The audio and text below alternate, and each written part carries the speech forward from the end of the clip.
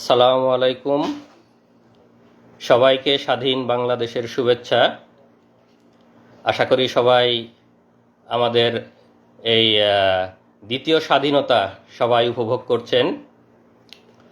তো আপনারা সবাই জানেন যে আমরা দীর্ঘ 15 বছরের ফ্যাসিবাদ এবং জুলুম থেকে আমরা মুক্তি পেয়েছি, এবং এই ফ্যাসিবাদ এবং জুলুমের যে ভয়াবহ বর্ণনা, এর অনেক কিছুই আপনারা জানেন, আবার অনেক কিছু সম্বন্ধেই আপনারা অবগত নন। তো আমরা নিজেরাও সেই ফ্যাসিবাদ এবং জুলুমের যে ভয়াবহ নির্যাতন, সেই নির্যাতনের শিকার হয়েছি। তো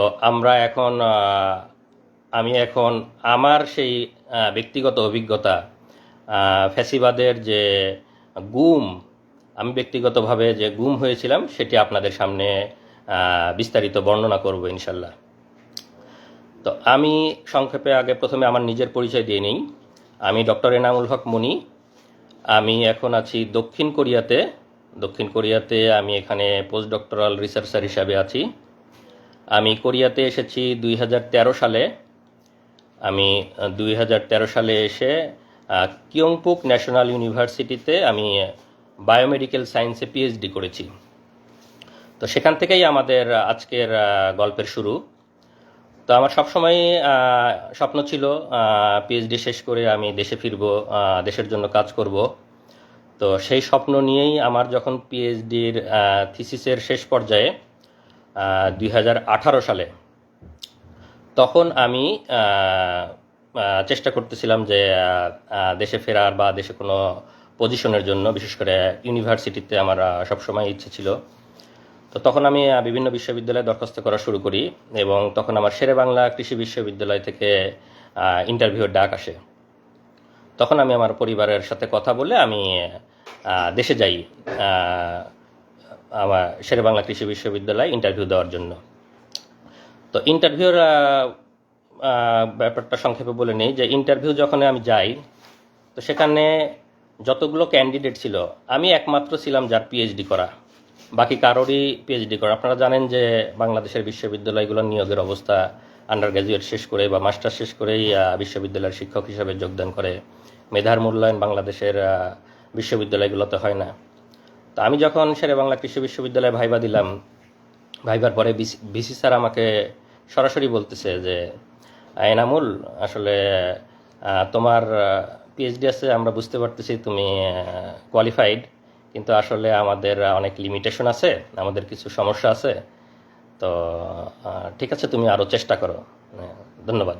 মানে আমাকে পাশ কাটাই দিল এবং তাদের অপারগতা প্রকাশ করলো। বুঝতেছি তাদের আগে থেকে ক্যান্ডিডেট সিলেক্ট করা, আমি একমাত্র পিএইচডি ক্যান্ডিডেট হওয়া সত্ত্বেও আমাকে নিয়োগ দেওয়া হয় না।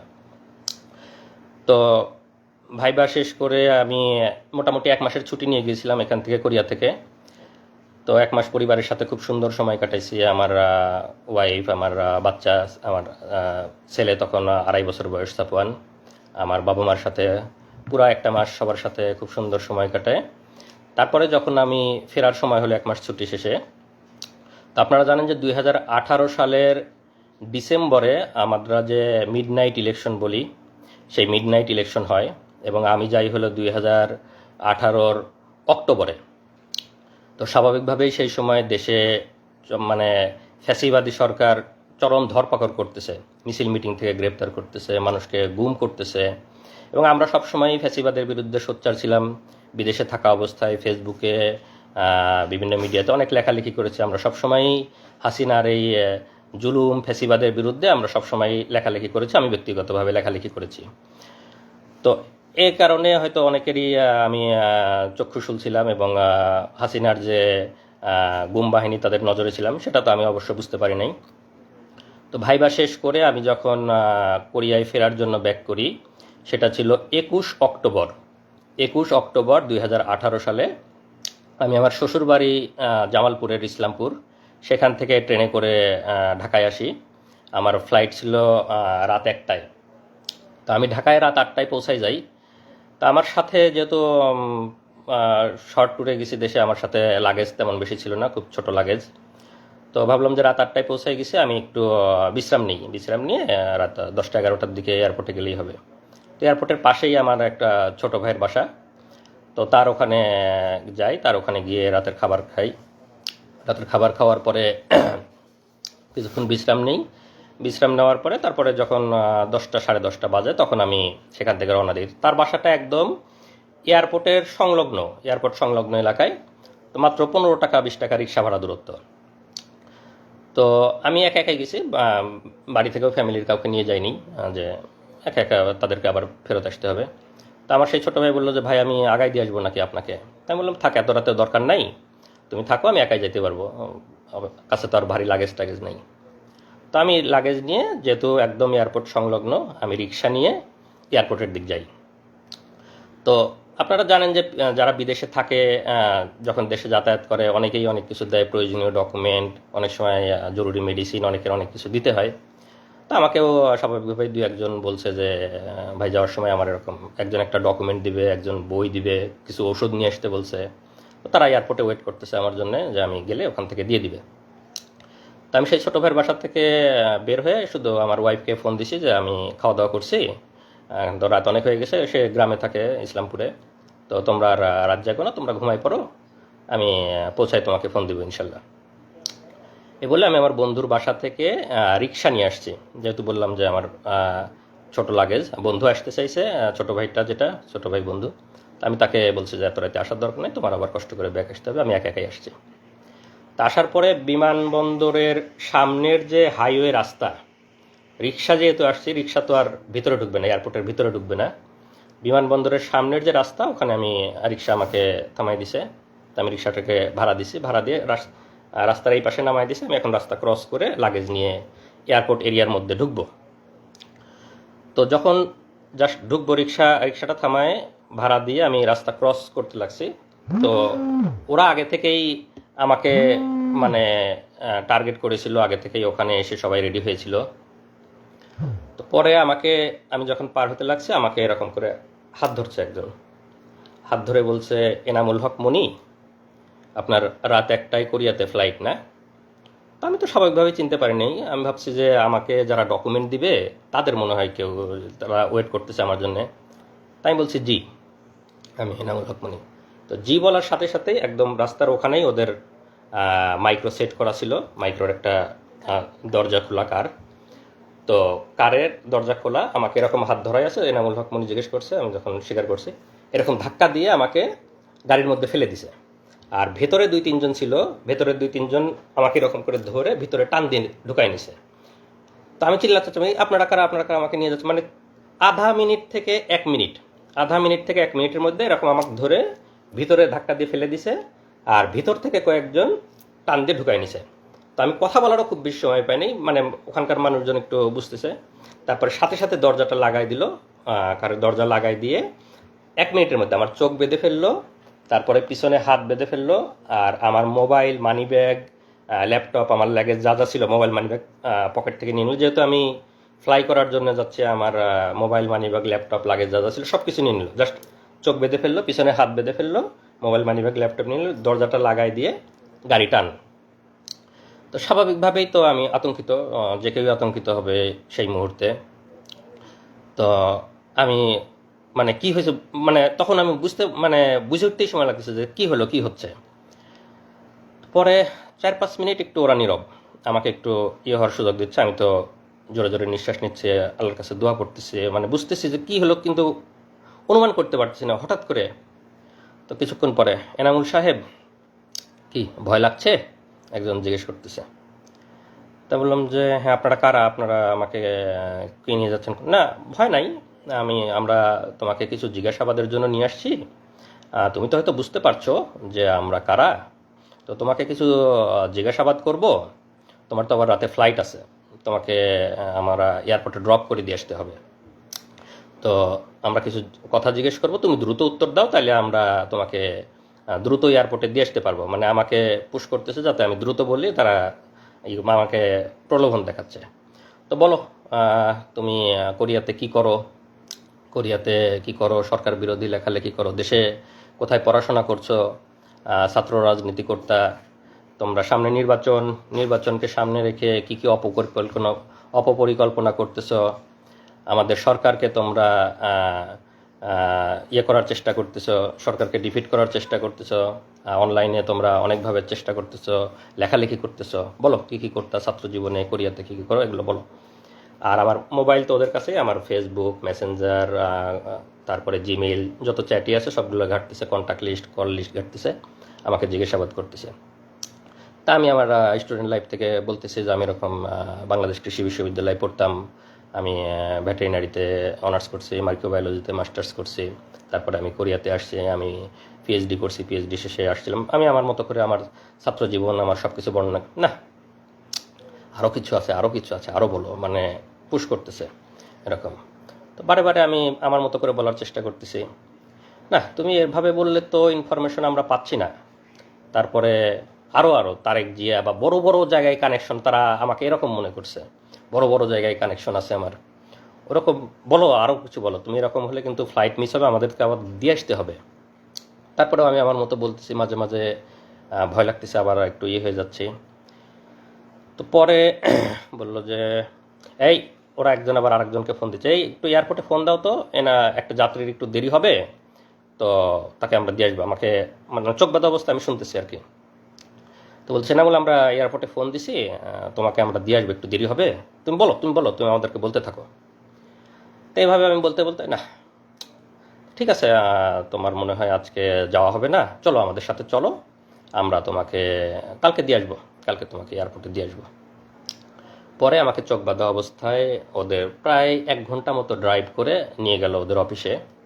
তো নিয়ে যাওয়ার পরে আমাকে হাত ধরে সিঁড়ি দিয়ে উপরে তুলতেছে, বলতেছে ভাই সিঁড়ি আস্তে আস্তে উপরে নিন, আমাকে বোঝাচ্ছে আর কি। তা আমি সিঁড়ি আস্তে আস্তে, চোখ বাঁধা সব কিছু। তো মনে হয় 3 তলাতে নিয়ে গেল আমাকে, চোখ বাঁধা অবস্থায় 3 তলাতে নিয়ে গেল। ওখানে নিয়ে গিয়ে চেয়ারে বসালো। চেয়ারে বসানোর পরে আবার জিজ্ঞাসাবাদ, আমার একদম নিজের নাম, বাবার নাম, মাতার নাম, বাড়ির ঠিকানা, বিশ্ববিদ্যালয়, কোরিয়ার সব ঠিকানা, শ্বশুর বাড়ির ঠিকানা সব কিছু লিখে ওখানে আবার জিজ্ঞাসাবাদ, সামনে নির্বাচনকে সামনে রেখে অপপরিকল্পনা, অনলাইনে লেখালেখি, এগুলো অনেক কিছু নিয়ে জিজ্ঞাসাবাদ, আর ওই মোবাইল, ফেসবুক এগুলো ঘাটাঘাটি করতেছে। আর যেটা করে ওখানে, তো এমনিতেই সবসময় মানসিক একটা ভয়ের মধ্যে যে কেউ, চোখ বাঁধা, আমি কোথায় জানি না, মানসিক একটা ভয়। আর কানের কাছে মাঝে মাঝে এসে বন্দুক লোড করার মতো ক্রাশ করে শব্দ করে, যাতে আরও ভয় পায়, আরও বলে। আবার লাঠির খটখট খটখট শব্দ করে ফ্লোরে, বা এই মারবে, এই ইয়ে করবে। এনামুল আমাদের কাছে কিন্তু ওই কানে ইয়ে লাগায় রাখেছে, আমাদের কাছে কিন্তু বাটন আছে, টিপ দিলে ইলেকট্রিক শর্ট লাগবে, কানে ইয়ে লাগায় রাখে। এরকম একটা মানসিক ভীতিকর একটা অবস্থা, যে বন্দুক লোডের শব্দ করে, লাঠির শব্দ করে, আবার এরকম ইয়ে করে। তা আমি আল্লাহর রহমত যে আমি আমার কথাগুলা মোটামুটি স্পষ্ট বের হচ্ছিল। তা আমি ওদের সাথে স্বাভাবিকভাবে কথা বলতে পারতেছিলাম, বেশি মানে যে একদম কথা জড়ো হয়ে আটকে গেছে এরকম না। ওইরকম হলে ওরা টর্চার আরও বেশি করে মারে। তো আমাকে সেরকম আর ইয়ে করতে পারে, আমাকে জিজ্ঞাসাবাদ করতেছে, আমি বলতেছি আমার মোবাইল, ইমেইল, চ্যাট বক্স সব কিছু ঘাটতেছে, এবং তারা ভাবতেছে আমি খুব শীর্ষ পর্যায়ের নেতা, শীর্ষ পর্যায়ের কানেকশন আছে, এগুলা বের করার চেষ্টা করতেছে, কিন্তু সেরকম কোনো কিছু ওরা পাচ্ছে না। পরে সারা রাত ধরে জিজ্ঞাসা করার পরে আমাকে পরের দিন সকালে ওদের গুমের যে রুম, সেই গুমের রুমে নিয়ে রাখে। তো র্যাবের যে গুমে, আমি এখনও বলতেছি যে আমি এখনও তো র্যাব জানি না, আর একটু পরে বলবো, তারপর এই মুহূর্তে বলে রাখি র্যাব, কারণ আমার এখনও তো চোখ বাঁধা, আমি তো জানি না। তো গুমের রুমে যখন রাখলো, তো তখন ওখানে গিয়ে দেখি যে ওখানে আরও কয়েকজন বিভিন্ন জায়গা থেকে ওরা তুলে নিয়ে আসছে, গুম করে নিয়ে আসছে, তাদেরকেও রাখছে। তো আমাকে আর একজনের সাথে রাখলো, আমরা 2জন এক রুমে। তো সাধারণত ওরা একজনকে এক রুমে রাখে, আমাকে আর একজনের সাথে রাখলো। তো আমরা 2জন, সেই ছেলেটার বাড়ি কুমিল্লা, সে হয়তো কোনো দিন আসবে, এসে কথা বলবে আপনাদের সামনে। তো রাখার পরে আমাকে ওখানে সকালে নাস্তা দিল। তো নাস্তা তো স্বাভাবিকভাবেই খাওয়ার কোনো অবস্থা নাই, আমি আসি ওখানে মানে একদম হতভম্ব, কি হলো, আমি গতকালকে ফ্লাইট, আমি কোরিয়াতে যাব, আমার পিএইচডি এর শেষ থিসিস জমা দিতে হবে, এরকম সব চিন্তা করতেছি, একদম হতভম্ব। তো সেই ছেলেটার সাথে কথা বলতেছি, যে ছেলেটা আমার রুমে ছিল গুম, আর পাশের 2টা রুমে আরও 2জন, একজন, মোট 5জন আমরা একসাথে গুম ছিলাম। তো তো এই অবস্থায় আমি খুবই তো চিন্তিত, আপনারা স্বাভাবিকভাবেই বুঝতে পারছেন আমার মানসিক অবস্থা। আমি আমার ফ্যামিলি, আমার বউ, আমার বাচ্চা তখন 2.5 বছর বয়স, সবাইকে নিয়ে চিন্তা করতেছি। তো আমার আহ, মানে আমি কোনোভাবে মানে চেষ্টা করতেছি যে আমার ফ্যামিলিকে যদি একটু জানাইতে পারতাম যে আমি অন্তত বেঁচে আছি, বা আমি তো স্বাভাবিক যে আমি যে গতকালকে কোরিয়াতে যাই নাই, আমার ফ্যামিলি কিভাবে চিন্তা করতেছে, কান্না করতেছে, সেটা তো আমি ওখান থেকে বুঝতে পারতেছি, কিন্তু আমি তো তাদের কাছে পৌঁছাইতে পারতেছি না, কোনোভাবে জানাইতে পারতেছি না। তো সামনে যারা গার্ড দেয়, তখন আমার যখন ঘুমের রুমে দিছে, রুমের মধ্যে রাখছে, তখন আমার চোখ খুলে দিছে। তো চোখ খুলে দেওয়ার পরে সামনে মানে রডের দরজা, আর সামনে আর একটা সলিড দরজা থাকে। তো রডের দরজা লাগাই দিলে সামনে যারা নিরাপত্তা কর্মী থাকে তাদের দেখা যায়, আর মানে সলিড দরজাটা লাগাই দিলে দেখা যায় না। তো ওরা রডের দরজাটা লাগাই রাখছে, সামনে যারা নিরাপত্তা রক্ষী যারা হাঁটতেছে তাদেরকে দেখা যাচ্ছে। তো আমি তাদেরকে বারে বারে বলতেছি, তারা বলছে ভাই কোথা থেকে আসছেন, এটা জিজ্ঞেস করে। আমি বললাম যে আমি এরকম কোরিয়াতে পিএইচডি করতাম, গতকালকে ফ্লাইট ছিল, আমাকে এয়ারপোর্ট থেকে তুলে নিয়ে আসছে এরকম। তারপরে আমার ওয়াইফের বর্ণনা, আমার ছোট ছেলের কথা শুনে ওরাও একটু মানে মন নরম হয়েছে, আরে আপনার একটা ছোট ছেলে আছে এরকম ইয়ে।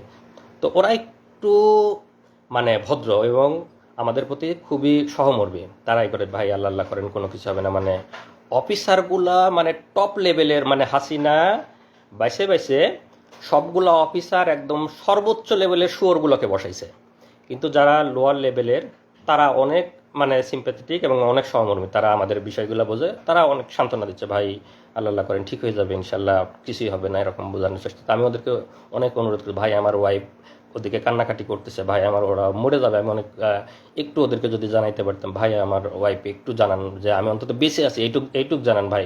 অনেক কান্নাকাটি করতেছে, অনেক রিকোয়েস্ট করতেছে। তো কোনো না ভাই, আমার ওদের কাছে মোবাইল, ওদের ডিউটিরত অবস্থায় মোবাইল আনার অনুমতি নেই, ভাই আমাদের মোবাইল আনার কোনো অনুমতি নাই, আপনি আপনি এগুলো বলেন না। এরকম সকাল থেকে দুপুর পর্যন্ত চলে যাচ্ছে, তাও কোনো ইয়ে হয় না। আমি তো বারে বারে চেষ্টা করতেছি ওদেরকে রিকোয়েস্ট করে, মানে যেভাবেই হোক একটু ইয়ে করার। বারে আমার যে রুমমেট ছিল তাকে বলতেছি। পরে এক সময় একটা মানে যে গার্ড ছিল তার একটি হয়েছে, তো বলতেছে যে ভাই ঠিক আছে, আপনি কাজ করেন, আপনার নাম্বারটা আমাকে বলেন, আপনার ওয়াইফের নাম্বার, আমার তো এখন ডিউটি, আমি ডিউটি শেষ করে গিয়ে আপনার ওয়াইফকে বলার চেষ্টা করব। তো আপনি নাম্বারটা বলেন, আপনি কাউকে বলেন না, আমি আপনার ছোট ছেলে আছে, এটা শুনে আমার অনেক মায়া লাগছে, আমি আপনার ওয়াইফকে বলার চেষ্টা করি। তো আমি তাকে আমার ওয়াইফের নাম্বারটা বলি। তো সে একটু ওয়াইফের নাম্বারটা কোথাও লিখে নেয় যে আমি ডিউটি শেষ করে গিয়ে চেষ্টা করবো আপনার ওয়াইফকে। আমি অনেক অনেক কান্নাকাটি করছে, অনেক রিকোয়েস্ট করছে। তো এই পর্যায়ে আমাকে ওইখানে মানে ঘুমের যে রুম ওখানে রেখে দেয়, ওই অবস্থায় থাকি। আমাকে ওখানে 3 বেলা খাবার টাবার দেওয়া শুরু করে। তো ওরা খাবারটা স্বাভাবিক খাবার দেয়, ওদের যে অফিসার্স মেসে যে রান্নাগুলো হয় সেই রান্নাগুলা প্রতি বেলায় এসে আমাদেরকে খাবারগুলো দিয়ে যায়, স্বাভাবিক খাবার, ভালো খাবার, অফিসার্স মেসে যে রান্না হয় সেগুলোই দিয়ে যায়। তো সকাল দুপুর রাত ওভাবে খাবার দিতে থাকলো, আমাকে ঘুমের রুমে ওভাবে রেখে দিল। তো এই পর্যন্ত আমার অধ্যায়ের একটু বিরতি, এরপরে আমার আরও বর্ণনা শুরু হবে। তো এই অবস্থায় তো আমার ওয়াইফরা ওদিকে কান্নাকাটি করতেছে, ওরা ওদিকে আমাকে খোঁজাখুঁজি করতেছে, ওদের কি অবস্থা আমার ওয়াইফের কাছে আপনারা এই পর্যায়ে একটু শুনুন, তারপরে আবার আমি বলবো। আসো। আসসালামু আলাইকুম। আমি নাজনীন সুলতানা নিপা, এনামুল হক মনির ওয়াইফ। আসলে সেই দিনগুলো তো ভোলার মতো না। এখন হয়তো বর্ণনা করতে পারবো, কিন্তু সেই সময়টা কোনোভাবেই বোঝাতে পারবো না আপনাদেরকে। তো আমার হাজব্যান্ডের সাথে আমার লাস্ট কথা হলো 9:30টার দিকে, 9:23 আমার সাথে লাস্ট কথা হয়েছে। ও আমাকে বলছে যে ঘুমিয়ে পড়ো, আমি এয়ারপোর্টে কাজ শেষ করে তোমাকে কল দিব। তারপর আমি বাবুকে নিয়ে ঘুমিয়ে পড়লাম। রাত যখন 12টা বাজে আমার হুট করে ঘুম ভেঙে গেল। আসলে কেউ জার্নি করলে, পরিবারের কেউ জার্নি করলে তো ওরকম গভীর ঘুম হয় না। তো 12টার সময় আমার ঘুম ভেঙে গেল। আমি তখন মোবাইলটা নিয়ে তাকে কল দিলাম। তো তার মোবাইলে রিং হচ্ছে, কিন্তু কল রিসিভ করছে না। আবার আমি মেসেজ দিয়েছি যে ফ্রি হলে আমাকে কল দিও। তখন 12টা বাজে, তার ফ্লাইট ছিল 1:05-এ। তো আমি যখন মেসেজ দিচ্ছি, মেসেজ সিন হচ্ছে, কল রিং হচ্ছে, কিন্তু কলও ধরছে না, মেসেজে রিপ্লাইও দিচ্ছে না। তখন আমার কাছে খুব ইয়ে লাগলো যে মনে হয় ব্যস্ত আছে, হয়তো এয়ারপোর্টের কোনো ঝামেলা বা বিজি আছে এরকম। আমি অপেক্ষা করছি তারপর ওখান থেকে মেসেজ বা কল আসবে, কিন্তু আসছে না। তো যখন রাত 1টা পার হয়ে যাচ্ছে তখন আমার ভিতরে কি ব্যাপার, কেন এরকম হচ্ছে, ও তো আমাকে জানানোর কথা। তো তখন আমার মনে হলো যে হয়তো মোবাইল হারিয়ে ফেলছে, বা মোবাইল বা ল্যাপটপ হারিয়ে ফেলছে। কিন্তু আমার মানে বারবার খালি একা একা, আমি কিন্তু রাতে আমার বাবুর সাথে একা ঘুমিয়েছি, আমার বাবা মা অন্য রুমে, তাই মধ্যরাতে তো আমি কাউকে কিছু বলতে পারছি না। তখন আমি মানে খালি বারবার আল্লাহ আল্লাহ করছি যে আল্লাহ কি হলো, যদি মোবাইল হারিয়ে যায় তাহলে তো এয়ারপোর্ট থেকে অন্য কারো ফোন থেকে আমাকে একবার জানাবে সে, এটা আমি শিওর যে সে আমাকে জানাবে, কারণ আমি টেনশন করব। কিন্তু না, আমি অপেক্ষা করছি, রাত 1টা 2টা বেজে যাচ্ছে, কোনো মেসেজ নেই, কল নেই। রাত 1টার পরেও যখন তার ফ্লাইট ছিল, ফ্লাই করার সময়, তারপরেও আমি মেসেজ দিচ্ছি, কিন্তু মেসেজ সিন হচ্ছে, রিপ্লাই দিচ্ছে না। হ্যাঁ, তো আমার কাছে মানে তখন থেকেই আমার মানে খুব অস্থির লাগতেছে যে কিছু একটা হয়েছে, আমি শিওর। হয়তো মোবাইল হারাইছে বা কিডন্যাপ কিছু একটা হয়েছে। আমাদের বাংলাদেশে তো এসব মানে খুব কমন। তারপরে সারা রাত কেটে গেল ওইভাবে। আমি ফজরের নামাজ পড়ে যে ভাইয়ের বাসায় গিয়েছিল, ছোট ভাইয়ের বাসায়, তাকে কল দিলাম, দিয়ে বললাম যে ভাইয়া আমি তো ওর সাথে যোগাযোগ করতে পারছি না, আপনার সাথে মানে লাস্ট কি কি কথা হয়েছে, বা আপনি কি যোগাযোগ করেছিলেন তার সাথে? তখন সেই ভাই বলল যে না আপু, আমি তো ভাইকে রিকশায় উঠাই দিছি, আমি তার সাথে যেতে চাইছিলাম কিন্তু ভাই আমাকে না করলো, তো আমিও রাত্রিবেলা ফোন দিছি কয়েকবার, কিন্তু কথা হয় নাই। তারপরে তার কাছ থেকে শুনে আমার আরও ভয় লাগা শুরু হয়ে গেল। তখন আমি আমার যা, বাংলাদেশ কৃষি বিশ্ববিদ্যালয়ের প্রফেসর ডক্টর মার্জিয়া রহমান, তাকে কল দিলাম, ভাবিকে কল দিয়ে বললাম যে ভাবি এরকম রাতে কোনো যোগাযোগ হয়নি, সকালবেলাও কোনো পাচ্ছি না। তো সকালবেলা আর ভাবি মানে প্রথমে বলতেছে আমাকে যে ও তো খুব মন ভোলা, মনে হয় ফোন টোন হারিয়ে গেছে, তুমি চিন্তা করো না, ও ল্যান্ড করে কল দিবে ইনশাল্লাহ। তো তারপরেও মানে আমার মনের মধ্যে তো ধুকপুকুনি যায় না। আমি সেই ভাইয়ের বাসা যেহেতু এয়ারপোর্টের একদম সামনে, আমি ওনাকে রিকোয়েস্ট করলাম যে ভাই আপনি একটু এয়ারপোর্টে যেয়ে, এই আমার হাজব্যান্ডের পাসপোর্টের ছবি ছিল আমার কাছে, যেহেতু আমিও কোরিয়াতে যাওয়া আসা করতাম, তো তার ডকুমেন্ট আমার কাছে ছিল। তখন আমি ওই ভাইকে তার পাসপোর্টের ছবি দিলাম যে এই নাম্বার, মানে এই নাম্বারের পাসপোর্ট হোল্ডার ঢুকেছে কিনা এয়ারপোর্টে, একটু খোঁজ নেবেন। তো সেই ভাই তখন সকাল 7টার সময় এয়ারপোর্টে যায়, সেই নাম্বার দিয়ে খোঁজ নেয়, এবং তারা বলে যে না এই লোক এয়ারপোর্টে ঢোকে নাই। তখন সকাল 7টা বাজে। তখন হলো আমি আমার ভাবিকে আবার কল দিয়ে বললাম ভাবি এই অবস্থা, ও তো এয়ারপোর্টে ঢোকে নাই, আমি এরকম নিউজ পেলাম। তখন ভাবি বললো ঠিক আছে, আমিও তুমি ছবিটা পাঠাও পাসপোর্টের, আমিও খোঁজ নিচ্ছি, আমার অনেক স্টুডেন্ট আছে ওখানে। তারপর ভাবিও খোঁজ নিল এবং ভাবিও সেম উত্তর পেল। তারপর সবার টেনশন শুরু হয়ে গেল, তাহলে কোথায় গেল, কি হলো? তখন মানে ভাইয়া ভাবি আমি প্রথম জানাইছি আমাদের পরিবারে, আমার ভাসুর এবং যাকে, বাকিরা তো টেনশন করবে। তখন মানে ভাইয়া ভাবি তাদের মতো করে খোঁজ নিতে লাগলো, এবং এরপরেও মানে কোনো খোঁজ নাই। এদিকে মানে আমি বারবার শুধু ফোন টিপতেছি, আমার বাচ্চা খাচ্ছে না, আমার স্কুলে যাওয়ার সময় হয়েছে, আমি কোনো টাইম কয়টা বাজে আমি কিছুই জানি না। আমার মা হঠাৎ করে এসে বলতেছে স্কুলে যাবে না, এখনও তো খাইলে না, কখন যাবা? তখন আমি ঘড়ি দেখি যে 9:30 বাজে। ঠিক আছে, তো পরে আমি তখন প্রথম আমার মাকে বললাম যে আমি তো সাফওয়ানের আব্বুর সাথে কোনো যোগাযোগ করতে পারছি না। আমি প্রাইমারি স্কুলে জব করতাম, আমার নিজের স্কুল, আমার এলাকার।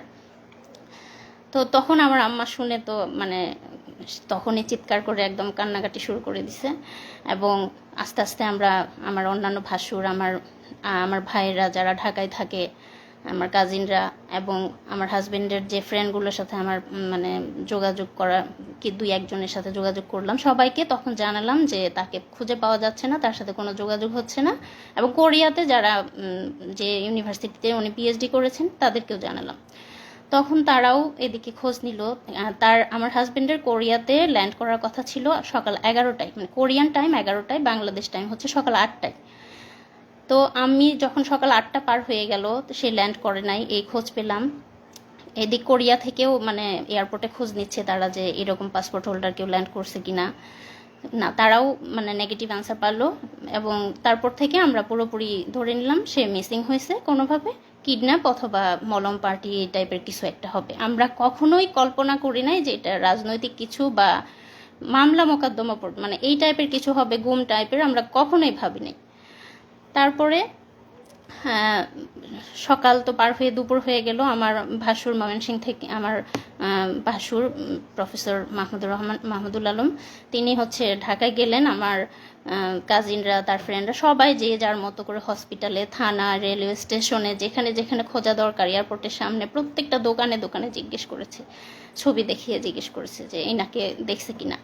মানে তখন আমাদের অবস্থা এমন যে কোনো একটা অ্যাক্সিডেন্ট হয়েছে বা কিডন্যাপ কিছু একটা হয়েছে, এরকম কোনো ধরনের ক্লু, কোনো মেসেজ, কোনো কল কিছুই পাইনি আমরা। তারপর সারাটা দিন এভাবে চলে গেল এবং বারবার টিভিতে নিউজ মানে দেখতেছি যে কোনো অজ্ঞাত লাশের খবর আসতেছে কি না, এই টাইপের মনের মধ্যে কত চিন্তা আসতেছে বলার মতো না। তারপরে যাই হোক সারা দিন চলে গেল, কোনো খোঁজ পেলাম না। রাত পার হয়ে গেল, 22 তারিখ দিবাগত রাত, মানে রাত যখন 12টা বাজে, মানে 23 তারিখ শুরু হলো, রাত 12টার সময় আমার হাজবেন্ডের নাম্বার থেকে আমার মোবাইলে কল আসলো। আমার মোবাইলটা যেহেতু ওরা নিয়ে নিছে, আমাকে যখন কিডন্যাপ করছে, গুম করছে, তখনই তো আমার মোবাইল ল্যাপটপ নিয়ে নিছে। আমার মোবাইল তো ওদের কাছে, আমার মোবাইল থেকে ওকে কল দিছে।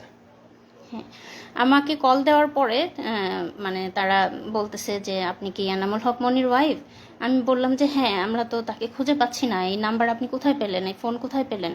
তখন সেই পুলিশ, মানে আমরা তো জানতাম না পুলিশ, মানে ওপর পাশ থেকে আমাকে বলছে যে বুঝতেই তো পারছেন আমরা, মানে ও আমাদের কাছে আছে, আমরা হচ্ছে মানে ওকে কিডন্যাপ করেছি, তো আমি যেভাবে যেভাবে বলবো আপনি সেভাবে সেভাবে কাজ করেন, তাহলে আমরা ওকে ভালো মানে ছেড়ে দিব, তার কোনো ক্ষতি হবে না, কিছু হবে না। আমি আর জাস্ট আপনাদের একটু কল রেকর্ডটা শুনে, আমি সেই সময় মানে সে ওই সময় মনে করছে যে কিডন্যাপার, তো কিডন্যাপার যেহেতু, তাহলে তো কিডন্যাপারের কথা পুলিশকে বলতে হবে। তো পুলিশকে বলার জন্য ও ওই সময় কলটা রেকর্ড করছে, যে পরে পুলিশের কাছে যা সকালে বলবে যে আমার হাজবেন্ডকে কিডন্যাপাররা কিডন্যাপ করছে, এই যে আপনাদের কল রেকর্ড, সেই হিসাবে কল রেকর্ড করছে। তো সেই কথাটা কি ছিল আপনারা শোনেন, ওর কল রেকর্ডটা আছে, কল রেকর্ডটা আমরা এখন লাইভের এখানেই প্লে করে দিচ্ছি। ঢাকায় না, আমি জামালপুর। আচ্ছা, জামালপুর থাকেন, সমস্যা নাই। জি।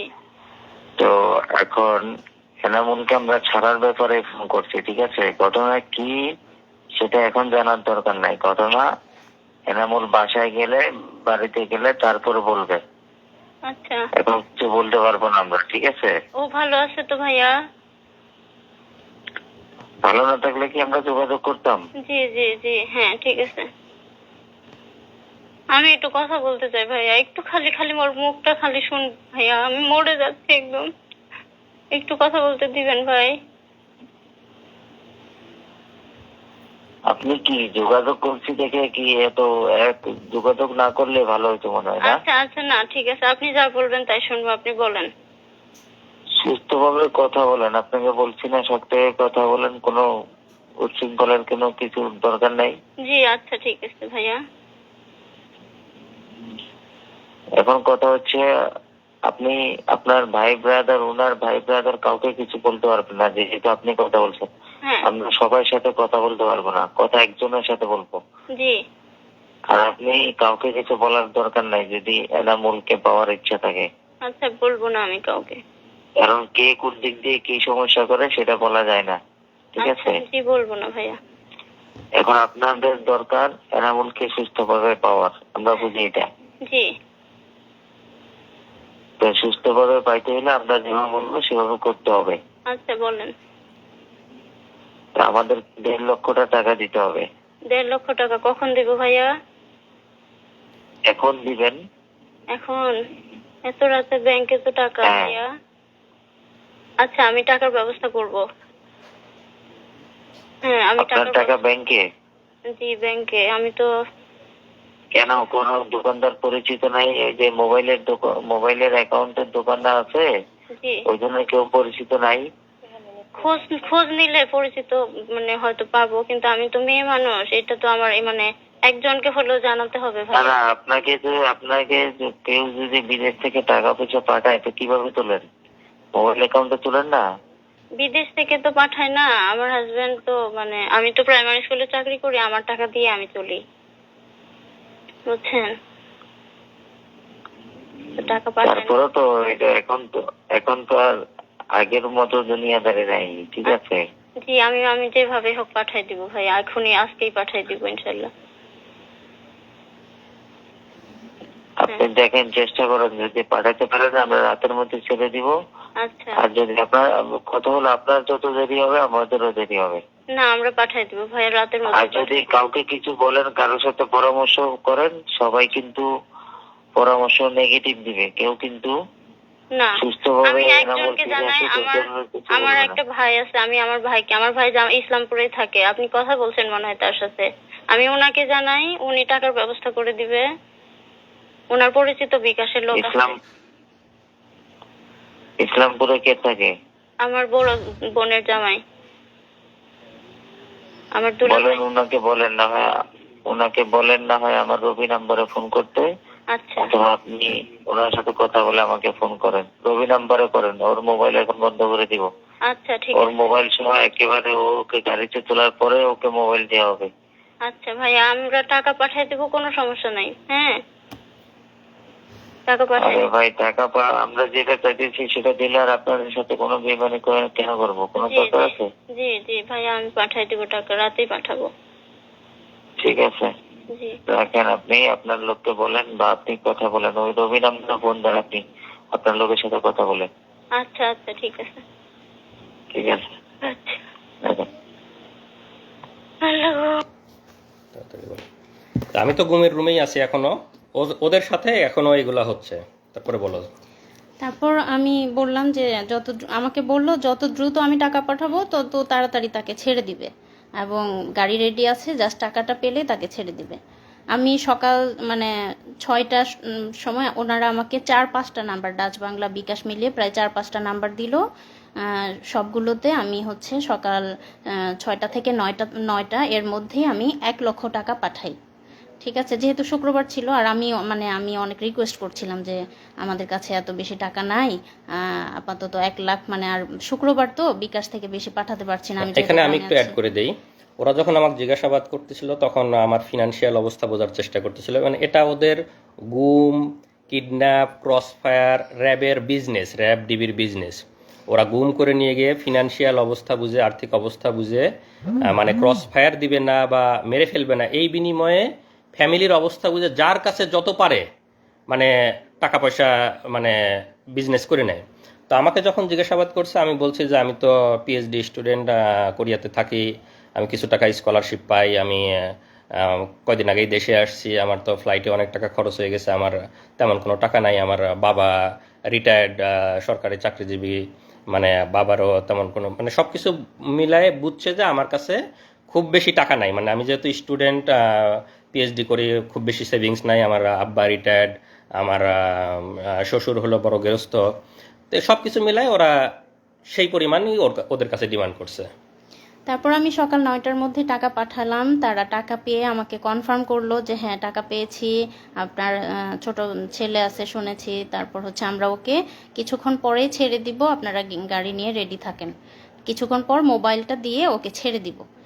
তারপর হলো আমার ভাসুরা ঢাকায় ছিল তখন, আমি তাদেরকে জানালাম যে এরকম এরকম কথা হয়েছে, ওনারা ছেড়ে দিবে, আপনারা গাড়ি নিয়ে রেডি থাকেন। তারা একদম রেডি গাড়ি নিয়ে। হ্যাঁ, এবং আমি মোবাইলটা নিয়ে বসে আছি যে তার একটা কল আসবে, এসে বলবে যে এনামুল এখানে আছে, আমরা তাকে ছেড়ে দিলাম, বা ও আমাকে কল দিয়ে বলবে যে আমি বের হয়েছি, এরকম। আমি ফোন নিয়ে বসে আছি, গ্রামে সবাই আমাকে ঘিরে ধরে বসে আছে, কিন্তু কল আর আসে না। সবাই মানে ওয়েট করছি আমরা, এদিকে আমার ভাসুররা ওয়েট করছে, কোনো কল আসে না।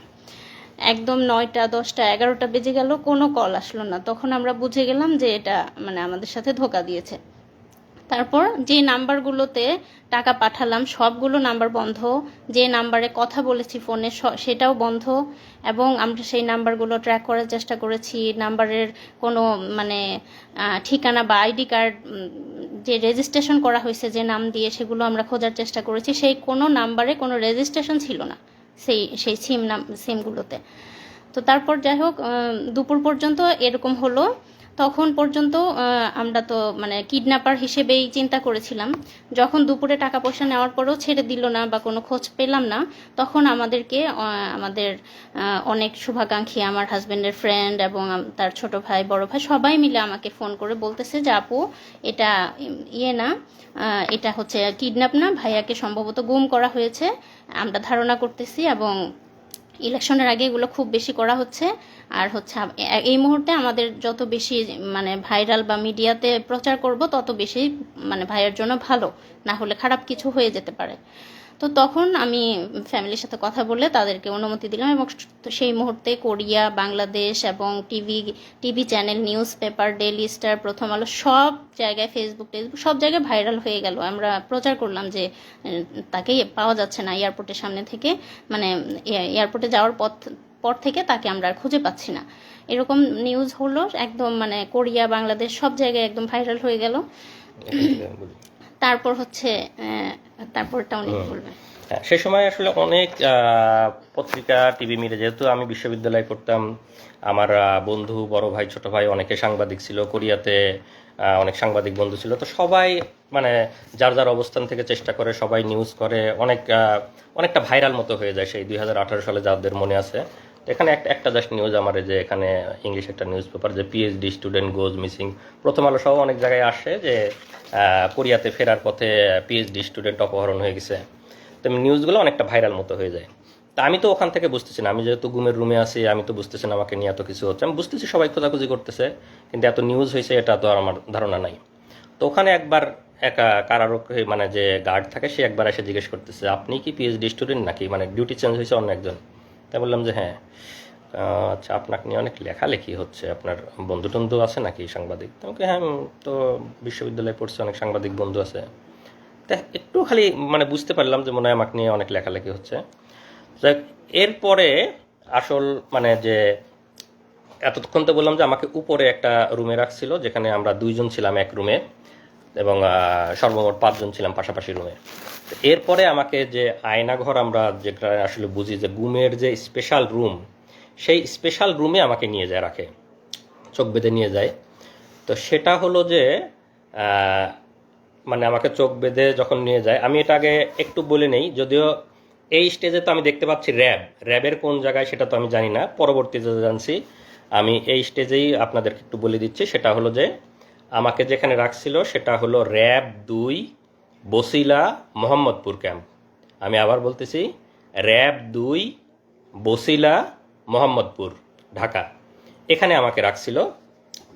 তো সেখানে আমাকে চোখ বাঁধে যখন নিয়ে যাওয়ার পরে, আপনারা যদি সাংবাদিক বা যারা আছেন, যারা মানবাধিকার কর্মী আছেন, তারা যাবেন, তারা দেখবেন, র্যাব 2 বসিলা মোহাম্মদপুর ক্যাম্পে যদি আপনারা দরজা দিয়ে ঢুকে ডান পাশের যে বিল্ডিংটা, স্বাভাবিকভাবে দেখে মনে হবে একটা স্বাভাবিক বিল্ডিং, একতলা কি দোতলা বিল্ডিং, একটা গেট দিয়ে ঢুকে ডান পাশের বিল্ডিংটা। তো সেই বিল্ডিংয়ে আমাকে তখন ওই রুম থেকে চোখ বেঁধে নিয়ে গেল একটা টয়লেটের মধ্যে দিয়ে দরজা আছে, দরজা দিয়ে সম্ভবত আন্ডারগ্রাউন্ডে নিয়ে গেল। সেখানে একদম সিঙ্গেল গুমের রুম করা আছে, এখানে বিভিন্ন যাদেরকে গুম করে নিয়ে আসে সেখানে রাখা, আমাকে সেই একটা রুমে রাখলো। তো সেই রুমটার বর্ণনা এরকম যে, আমরা যদি বাংলাদেশের একটা টয়লেট মতো চিন্তা করি, লো কমোড টয়লেট, যেগুলো আমরা স্বাভাবিকভাবে ইউজ করতাম, হাই কমোড টয়লেট না। তো ওই রুমের মধ্যে একটা ছোট্ট টয়লেট আছে, একটা ট্যাপ, একটা বদনা। তার মানে আপনার টয়লেট বা প্রস্রাব করার জন্য বাইরে যেতে হচ্ছে না, ওখানে টয়লেট করা যাবে।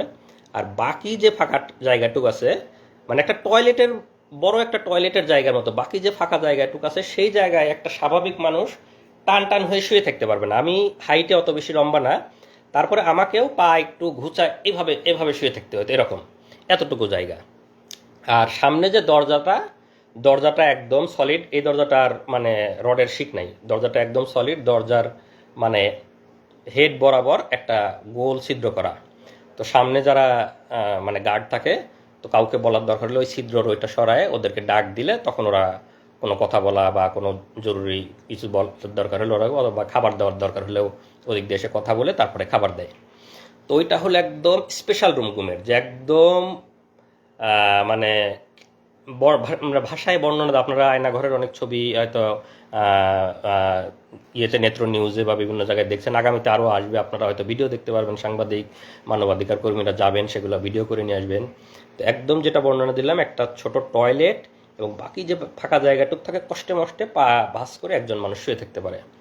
তা আমাকে ওখানে রাখার পরে একা ওই রুমগুলো হলো সিঙ্গেল ইউনিট, একা রাখলো।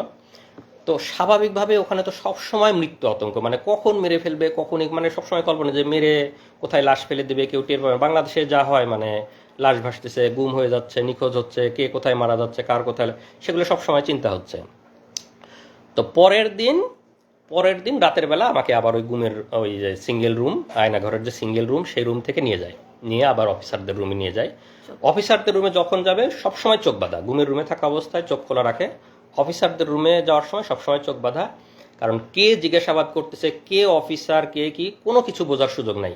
তারা বাংলাদেশি না ভিনদেশি তাও বোঝার সুযোগ নাই। এবং আমার কাছে যথেষ্ট সন্দেহ হয়েছে যে তাদের মধ্যে কিছু ভারতীয় মানে বা এদের থাকতে পারে, এবং এদের জিজ্ঞাসাবাদ, এদের টেকনোলজি, মোবাইল সার্চিং, এগুলো এত ইন্টেলেকচুয়াল, এত দক্ষ, আমার কাছে মনে হয় না যে বাংলাদেশিরা এত দক্ষ হতে পারে। তাদের মধ্যে দুই একজন মানে ভারতীয় রয়ের গুপ্তচর থাকা অসম্ভব কিছু না, আমার কাছে মনে হয়েছে। কলকাতার হ্যাঁ, বা এবং ভাষাটাও সবসময় একদম পিওর বাংলা মনে হয় নাই, কয়েকজন কথা বলতেছিল। যাই হোক, যেটা বললাম যে মানে অফিসারদেরকে আমরা যেহেতু দেখতে পাচ্ছি না, তাদের বর্ণনা দেওয়ার তো সুযোগ নাই এই স্টেজে। তো সেখানে এরা রাতভর আবার আমাকে জিজ্ঞাসাবাদ করে, এবং সেদিন মানে ফিজিক্যাল টর্চার করে নাই, ভয়াবহ মানসিক টর্চার করছে। যেটা বললাম যে বন্দুকের গুলির শব্দ, লাঠির শব্দ, মানে কানে ইলেকট্রিক শক দেওয়ার মতো শব্দ, ভয়াবহ মানসিক টর্চার করে। এবং আমাকে প্রায় হয়তো আনুমানিক রাত 12টার দিকে আবার এনে গুমের রুমে রেখে দেয়। তো সেই দিন আমি মানে মোটামুটি এমনিতে অনেক আতঙ্ক ভয়, সেদিন মনে হলো যে আজকে মনে হয় খারাপ কিছু করতে পারবো। ওদের জিজ্ঞাসাবাদের ধরন বা সব কিছু মিলায় খুব মানে ভীতিকর একটা অবস্থা। তো এসে কোনো মতো শুয়ে আছে, ঘুমাই না, ঘুম তো আসার কোনো সুযোগই নাই ওখানে। তো যে অবস্থা, হয়তো ক্লান্ত হয়ে গেলে চোখটা একটু বুঝে আসে। তা আমাকে শেষ রাতের দিকে, রাত 4:30 বাজে, তখন আবার এসে দরজায় মানে র্যাবের একজন নক করছে, ভাই আপনি আসেন, আপনাকে নিয়ে দ্রুত অপারেশনে যাইতে হবে। তখন তো আমার বুকের মধ্যে একদম মানে চিৎ করে উঠছে যে এত রাতে অপারেশন, মানে তখন তো এমনিতে সবসময় মৃত্যু চিন্তা, ক্রস ফায়ারের চিন্তা, মানে আমাকে শুধু দরজায় ডাক দিছে, আপনি বের হয়ে আসেন, আপনাকে নিয়ে অপারেশনে জানতে হবে। তখন আমি পুরাপুরি শিওর যে ভাই মানে মনে হচ্ছে যে আমাকে ক্রস ফায়ারের দেওয়ার জন্য ডাক, অপারেশন, র্যাবের অপারেশন এত রাতে আর কি হবে। তখন রাত 4টে 4:30 বাজে, আমি বুঝতেছি ফজরের সময় হয়ে যাচ্ছে। তখন আমি ওদেরকে বললাম, মানে ওই সময় তো চিল্লা চেঁচামেচি করেও কোনো লাভ নাই, মানে কেউ তো শোনার নাই। তখন আমি ওদেরকে বললাম যে ভাই একটু দেরি করেন, এখনই তো মানে আজান হয়ে যাবে, আমি ফজরের নামাজটা পড়ে নিই, আমি নামাজটা পড়ে বের হই। জীবনের মানে আমি একদম পুরাপুরি শিওর। আমি এখন হয়তো বলতে বলতে আমাদের অশ্রু শুকাই গেছে, মানে প্রথম যখন বলতাম আমি কান্নাকাটি করতাম আমার ওয়াইফের কাছে, সবার কাছে যখন বর্ণনা করছি, এখন বলতে বলতে মানে আমার অশ্রু শুকাই গেছে, হয়তো বা সেই এক্সপ্রেশনটা আসতেছে না যে মানে প্রথম দিকের আমার কি অবস্থা ছিল। আমি শতভাগ শিওর যে আমাকে ক্রস ফায়ারের জন্য নিয়ে যাচ্ছে, শুধু বলছে যে আপনি বের হন, আপনাকে নিয়ে অপারেশনে যেতে হবে। তা আমি ওদেরকে বললাম যে ভাই আমাকে একটু সময় দেন, আমি নামাজটা পড়ে বের হই, জীবনের শেষ নামাজ আমি পড়ে বের হই। আমি একদম মানে চিল্লা চেঁচামেচি করতেছি, চিল্লা চেঁচামেচি করে তো কেউ শোনার নাই। তো পরে আমি সুন্দর করে অজু করছি, অজু করে যখন টয়লেটে নিয়ে গেছে, ওরা চোখ বেঁধে হাত ধরে ধরে নিয়ে যায়।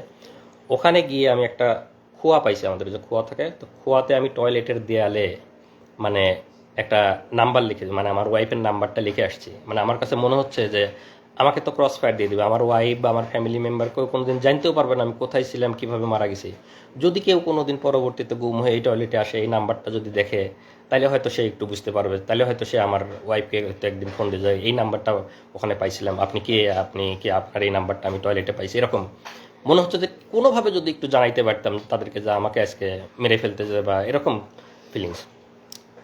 তা আমাকে বলে যে ভাই তাড়াতাড়ি করেন, আপনি তাড়াতাড়ি নামাজ পড়েন, আপনি তাড়াতাড়ি নিয়ে যেতে হবে, স্যাররা ওয়েট করতেছে। তা আমি অজু করে একদম ফজরের নামাজটা পড়লাম। আমার মানে সেই শেষ নামাজের যে কি ফিলিংস, এটা আমি মানে ভাষায় প্রকাশ করতে পারবো না। আমি একদম কনফার্ম আমাকে ক্রস ফায়ারে নিয়ে যাচ্ছে, এটা আমার জীবনের শেষ নামাজ। সেই নামাজের যে কি মানে ফিলিংস, সেটা আমার মানে এই মুহূর্তে বলার ভাষা নাই। নামাজ পড়ে আল্লাহর কাছে একদম অঝোরে কান্নাকাটি করে আল্লাহর কাছ থেকে জীবনের যত গুনাহ আছে সব মাপ চেয়ে একদম বিদায় নিয়ে যাচ্ছি, যে আল্লাহ তুমি আমার সব গুনাহ মাফ করে দিয়ে আমার বউ বাচ্চাকে দেখে রাখো। মানে একদম মৃত্যু পথযাত্রী মানুষের দোয়া যা হয়, আমি একদম দোয়া করে নামাজ পড়ে বের হলাম। আমাকে চোখ বেঁধে নিয়ে বের হলো। বের হওয়ার পরে আমি দেখলাম যে 3টা গাড়ি সাজানো, র্যাবের 3টা গাড়ি, সামনে, মাঝখানে, পিছনে। তো 3টা গাড়ি সবাই অস্ত্রসজ্জিত হয়ে ওখানে দাঁড়ায় আছে র্যাবেরিয়ে, কেউ হয়তো কাটার নিয়ে দাঁড়ায় আছে, কেউ হাতুড়, কেউ এরকম। তা আমার কাছে মনে হচ্ছে যে আমাকে ক্রস ফায়ার দিয়ে মারবে, যে কাটারগুলো দিয়ে হাত পা এগুলো কাটবে, মানে অঙ্গ প্রত্যঙ্গ বিচ্ছিন্ন করে ফেলবে, মানে বিভিন্ন রকমের অস্ত্র নিয়ে দাঁড়ায়, স্বাভাবিকভাবে ভীতিকর। আমাকে চোখটা এমনি বাইদে, ওখানে একটু দেখার মানে চোখটা খোলা ছিল জন্য সবগুলো দেখছি। আমাকে চোখ বাইদে মাঝখানের গাড়িতে তুললো, ওরা সামনের গাড়ি পিছনের গাড়ি, মাঝখানের গাড়িতে আরও পিছিয়ে উঠলো, আমাকে নিয়ে গাড়ি নিয়ে টান দিল। এটা হলো হয়তো ভোর 5টা মতো বা 4:30 থেকে 5টা আনুমানিক আর কি। তো গাড়ি চলতেছে আমি একদম অঝোরে শুধু আল্লাহর কাছে হাত তুলে দোয়া করতেছি, মানে জীবনের শেষ মুহূর্তের যত মাপ চেয়ে নেওয়া, জীবনের শেষ মুহূর্তের যত দোয়া আল্লাহর কাছে করতেছে। আর পাশের যারা আছে তারা সান্ত্বনা দিচ্ছে, ভাই কান্না করেন না, আল্লাহ আল্লাহ আল্লাহ শিখ করি, তারা তখনও সান্ত্বনা দিচ্ছে। আর আমি অজোরে আল্লাহর কাছে শুধু দোয়া করে যাচ্ছে এরকম। আমি তো জানি যে আমাকে ক্রস ফায়ারে নিয়ে যাচ্ছে, শেষ মুহূর্তে যত আল্লাহর কাছে মাপ চেয়ে নেওয়া যায়। তো এইভাবে প্রায় 1 ঘন্টা মতো গাড়িটা চললো। চলার পরে কোথায় যেন থামলো। তো আমার যেহেতু চোখ বাঁধা, আমি তো বুঝতে পারতেছি না কোথায় থামলো। তো গাড়ি থামানোর পরে ওরা মনে হলো যে 10-15 মিনিট কোথায় যেন গেছে আশেপাশে, মানে আমার সাথে 2-1 জন রেখে বাকিরা কোথায় যেন গেলো 10-15 মিনিট। তো 10-15 মিনিট পরে এসে আমাকে গাড়ি থেকে নামানোর পরে তো তখন আমাকে যেহেতু এয়ারপোর্ট থেকে তুলে নিয়ে গেছিলো, আমার লাগেজ, আমার ল্যাপটপের ব্যাগ সব কিছু আমার হাতে, আমার লাগেজটা ধরাই দিল, কাঁধে ল্যাপটপের ব্যাগটা দিল, আমার মোবাইলটা দেয়নি, মোবাইলটা দিলে যদি কোথায় কল দেই। তো ওই সময় আমার চোখটা খুলে দিল। চোখ যখন খুলে দিল তখন আমি দেখি আমাকে নামাই দিছে বিমানবন্দর স্টেশন, এয়ারপোর্টের অপোজিটে যে বিমানবন্দর স্টেশনের সামনে নামাই দিছে। তো এটার কারণ হলো যেহেতু আগের দিন সব জায়গায় নিউজ হয়ে গেছে যে কোরিয়াতে ফেরার পথে পিএইচডি গবেষক অপহরণ হয়েছে, আমার বাড়ি পাবনাতে, আমাকে বিমানবন্দরের সামনে থেকে পাওয়া যাচ্ছে না, বিমানবন্দরে যাওয়ার পথে পাওয়া যাচ্ছে না, এরকম নিউজ হয়েছে। এই জন্য ওরা আমাকে বিমানবন্দর স্টেশনের সামনে নামাই দিয়ে তখন আমাকে বলতেছে যা তোর যেখানে খুশি যা। আচ্ছা, আরেকটা জিনিস, ওই নামানোর আগে গাড়ির মধ্যে আমার হাতে একটা দিয়ে ওই শয়তানটা, ওর নামটা আরেকটু পরে বলবো, মানে চরমভাবে একটা চাপ দিচ্ছে, একটা কি যেন একটা ডিভাইস আমার সবগুলো আঙ্গুলের মধ্যে দিয়ে, মানে মনে হচ্ছে সবগুলো আঙ্গুল ভেঙে ফেলতেছে যাতে আমি শক্ত করে কোনো কিছু ধরতেও না পারে আমার লাগেজটা কোনো মতো। তো চরমই, আমি তো অনেক চেঁচামেচি করে গাড়ির মধ্যে আর কি। পরে নামাই দিয়ে লাগেজ ধরাই দিল, কাঁধে আমার ল্যাপটপের ব্যাগ, বলে যা যেখানে খুশি যা। পরে আমি তাকায় দেখলাম বিমানবন্দর স্টেশন। আমি তখনও ভাবতেছি, মানে আমার তখনও তো মৃত্যু আতঙ্ক, আমি ভাবতেছি যে আমি ছেড়ে দেবো, পিছন থেকে হয়তো গুলি করে মেরে ফেলবে। আর গাড়িতে যখন নিয়ে আসতেছিল তখন তো মনেই হচ্ছিল যে হয়তো আমাকে কোনো ব্রিজের উপরে নিয়ে যাবে, কোনো ফাঁকা জায়গায় নিয়ে যাবে, গিয়ে গুলি করে মেরে ফেলে দেবে নদীতে বা ব্রিজ থেকে ফেলে দিবে, মানে বাংলাদেশে যেভাবে লাশ ভাসে থাকে সেরকম আমি কল্পনা করতেছি, আল্লাহর কাছে দোয়া করতেছি। আর বিমানবন্দর স্টেশনে নামাই দেওয়ার পরে আমি দেখতেছি বিমানবন্দর স্টেশন, কিন্তু আমার মনের মধ্যে মৃত্যু আতঙ্ক। আমার কাছে মনে হচ্ছে যে আমি হাঁটতে থাকবো, পিছন থেকে মনে হয় গুলি করে মেরে দিবে আর কি, ক্রস ফায়ার করে দিবে, এরকম মনে হচ্ছে। তা আমি আশেপাশে হাঁটতেছি আর ওরা আমাকে ঘিরে ধরে হাঁটতেছে। তো যারা ঘিরে ধরে হাঁটতে, যেহেতু আমার এই স্টেজে চোখ খোলা, আমি তো সবাইকে দেখতে পাচ্ছি। আর কয়েকদিন গার্ড দিছে, গার্ডদের অনেকের তো চেহারা আমি দেখছি।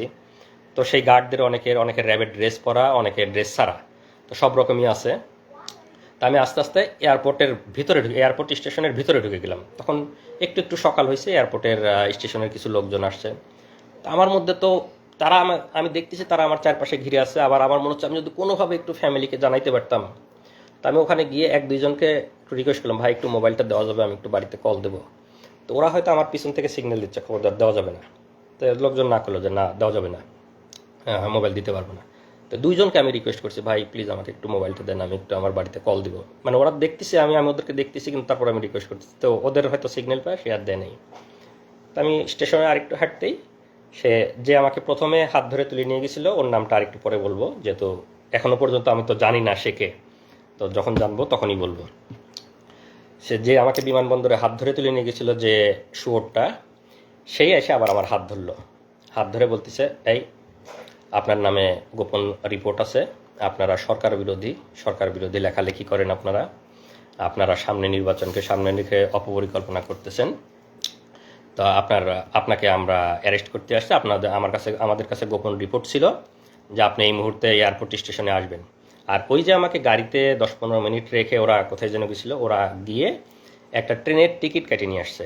ট্রেনের টিকিট কেটে আমার ল্যাপটপের ব্যাগের মধ্যে ঢুকাই দিছে, যে আমি এইমাত্র পাবনার ঈশ্বরদী থেকে ট্রেনে করে এসে বিমানবন্দর স্টেশনে নামলাম। যেহেতু আগের দিন সব সংবাদ মাধ্যমে নিউজ হয়ে গেছে যে আমার বাড়ি পাবনাতে, আমি বিমানবন্দর থেকে উধাও হয়ে গেছি।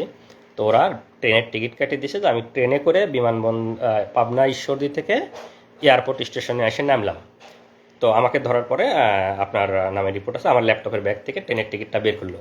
বের করে ওদেরই কিছু লোকজন সেট করা আছে এয়ারপোর্টের ওখানে, স্টেশনের ওখানেই। তো তাদেরকে দেখাচ্ছে, এই যে দেখেন ভাই, ওদের ট্রেনের টিকিট দেখাচ্ছে এরকম, যে দেখেন ট্রেনের টিকিট, আমাদের কাছে গোপন তথ্য ছিল, এই এখন ঈশ্বরদী থেকে এখানে আসবে, সেই গোপন তথ্যের ভিত্তিতে আমরা আমরা ওকে ধরতে আসছি, তো আপনারা সাক্ষী থাকলেন না। এইটা হলো আমার ট্রেনের টিকিট, কারণ আমি যে জামালপুর থেকে ইসলামপুর থেকে গেছিলাম তারিখ সহ, এটা আমার ট্রেনের টিকিট, যে আমি বিমানবন্দরে 3 দিন আগে গেছিলাম, এটা আমার ট্রেনের টিকিট। আর ওরা একটা ট্রেনের টিকিট কেটে ওই সময় আমার ব্যাগের মধ্যে ঢোকাই দিছিল। তো ঢোকাই দিয়ে লোকজনকে দেখালো যে ট্রেনের টিকিট আপনারা সাক্ষী থাকলেন, ও এখন ঈশ্বরদী থেকে আসছে, এই সময় আমরা ওকে ধরে নিয়ে যাচ্ছি। তো কয়েকজন সাক্ষী রাখতে হয় ওখানে, ওদেরই দু একজন পানের দোকানদার বা আশেপাশে যারা, এই যে আপনাদের নাম দাম লিখে নিয়ে গেলাম, আপনারা সাক্ষী। হ্যাঁ, সাবিনা কনফেকশনারি, বিমানবন্দর স্টেশনে একটা সাবিনা এখনো আছে কিনা জানি না। তো ওইখান থেকে আমাকে ওদের দু একজন সাক্ষী লিখিত রাখলো। আর ওখানে লোকজন আবার ওদেরই লোকজন নাটক সাজাচ্ছে, ওরা দেখাচ্ছে যে ওই মোবাইল বের করে, এই যে দেখেন ভাই ফেসবুকে এরা বিভিন্ন সরকার বিরোধী লেখালেখি করে, যে ফেসবুকে আপনারা দেখেন এরা বিভিন্ন গুজব ছড়ায়, মানে সরকার বিরোধী অপপ্রচার করে, এরকম মানে লোকজনকে বলতেছে।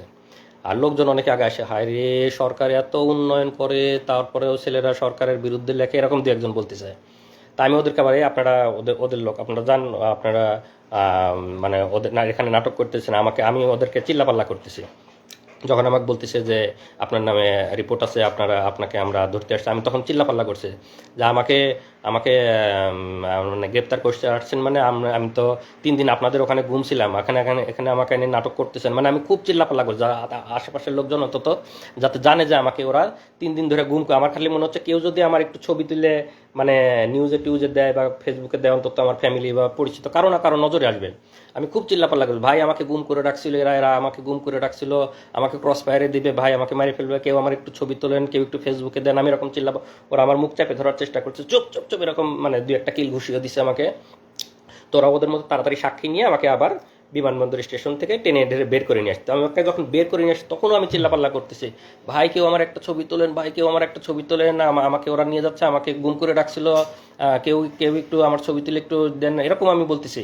কিন্তু কেউই তো সাহস করে আর মানে মোবাইল বের করে ছবি তুলতে পারতেছে না। তো ওরা নিয়ে এসে বিমানবন্দরের সামনে যে ওদের আবার গাড়ি দাঁড় করায়, আমাকে একটু আগেই তো ওদের গাড়িতে করে নিয়ে আসছে, আবার গাড়িতে করে নিয়ে আবার চোখ বেঁধে ওদের যে ক্যাম্প সেখানেই নিয়ে গেল। তো এই পর্যায়ে নিয়ে যাওয়ার পরে নিয়ে গেল, তখন তো সকাল হয়ে গেছে।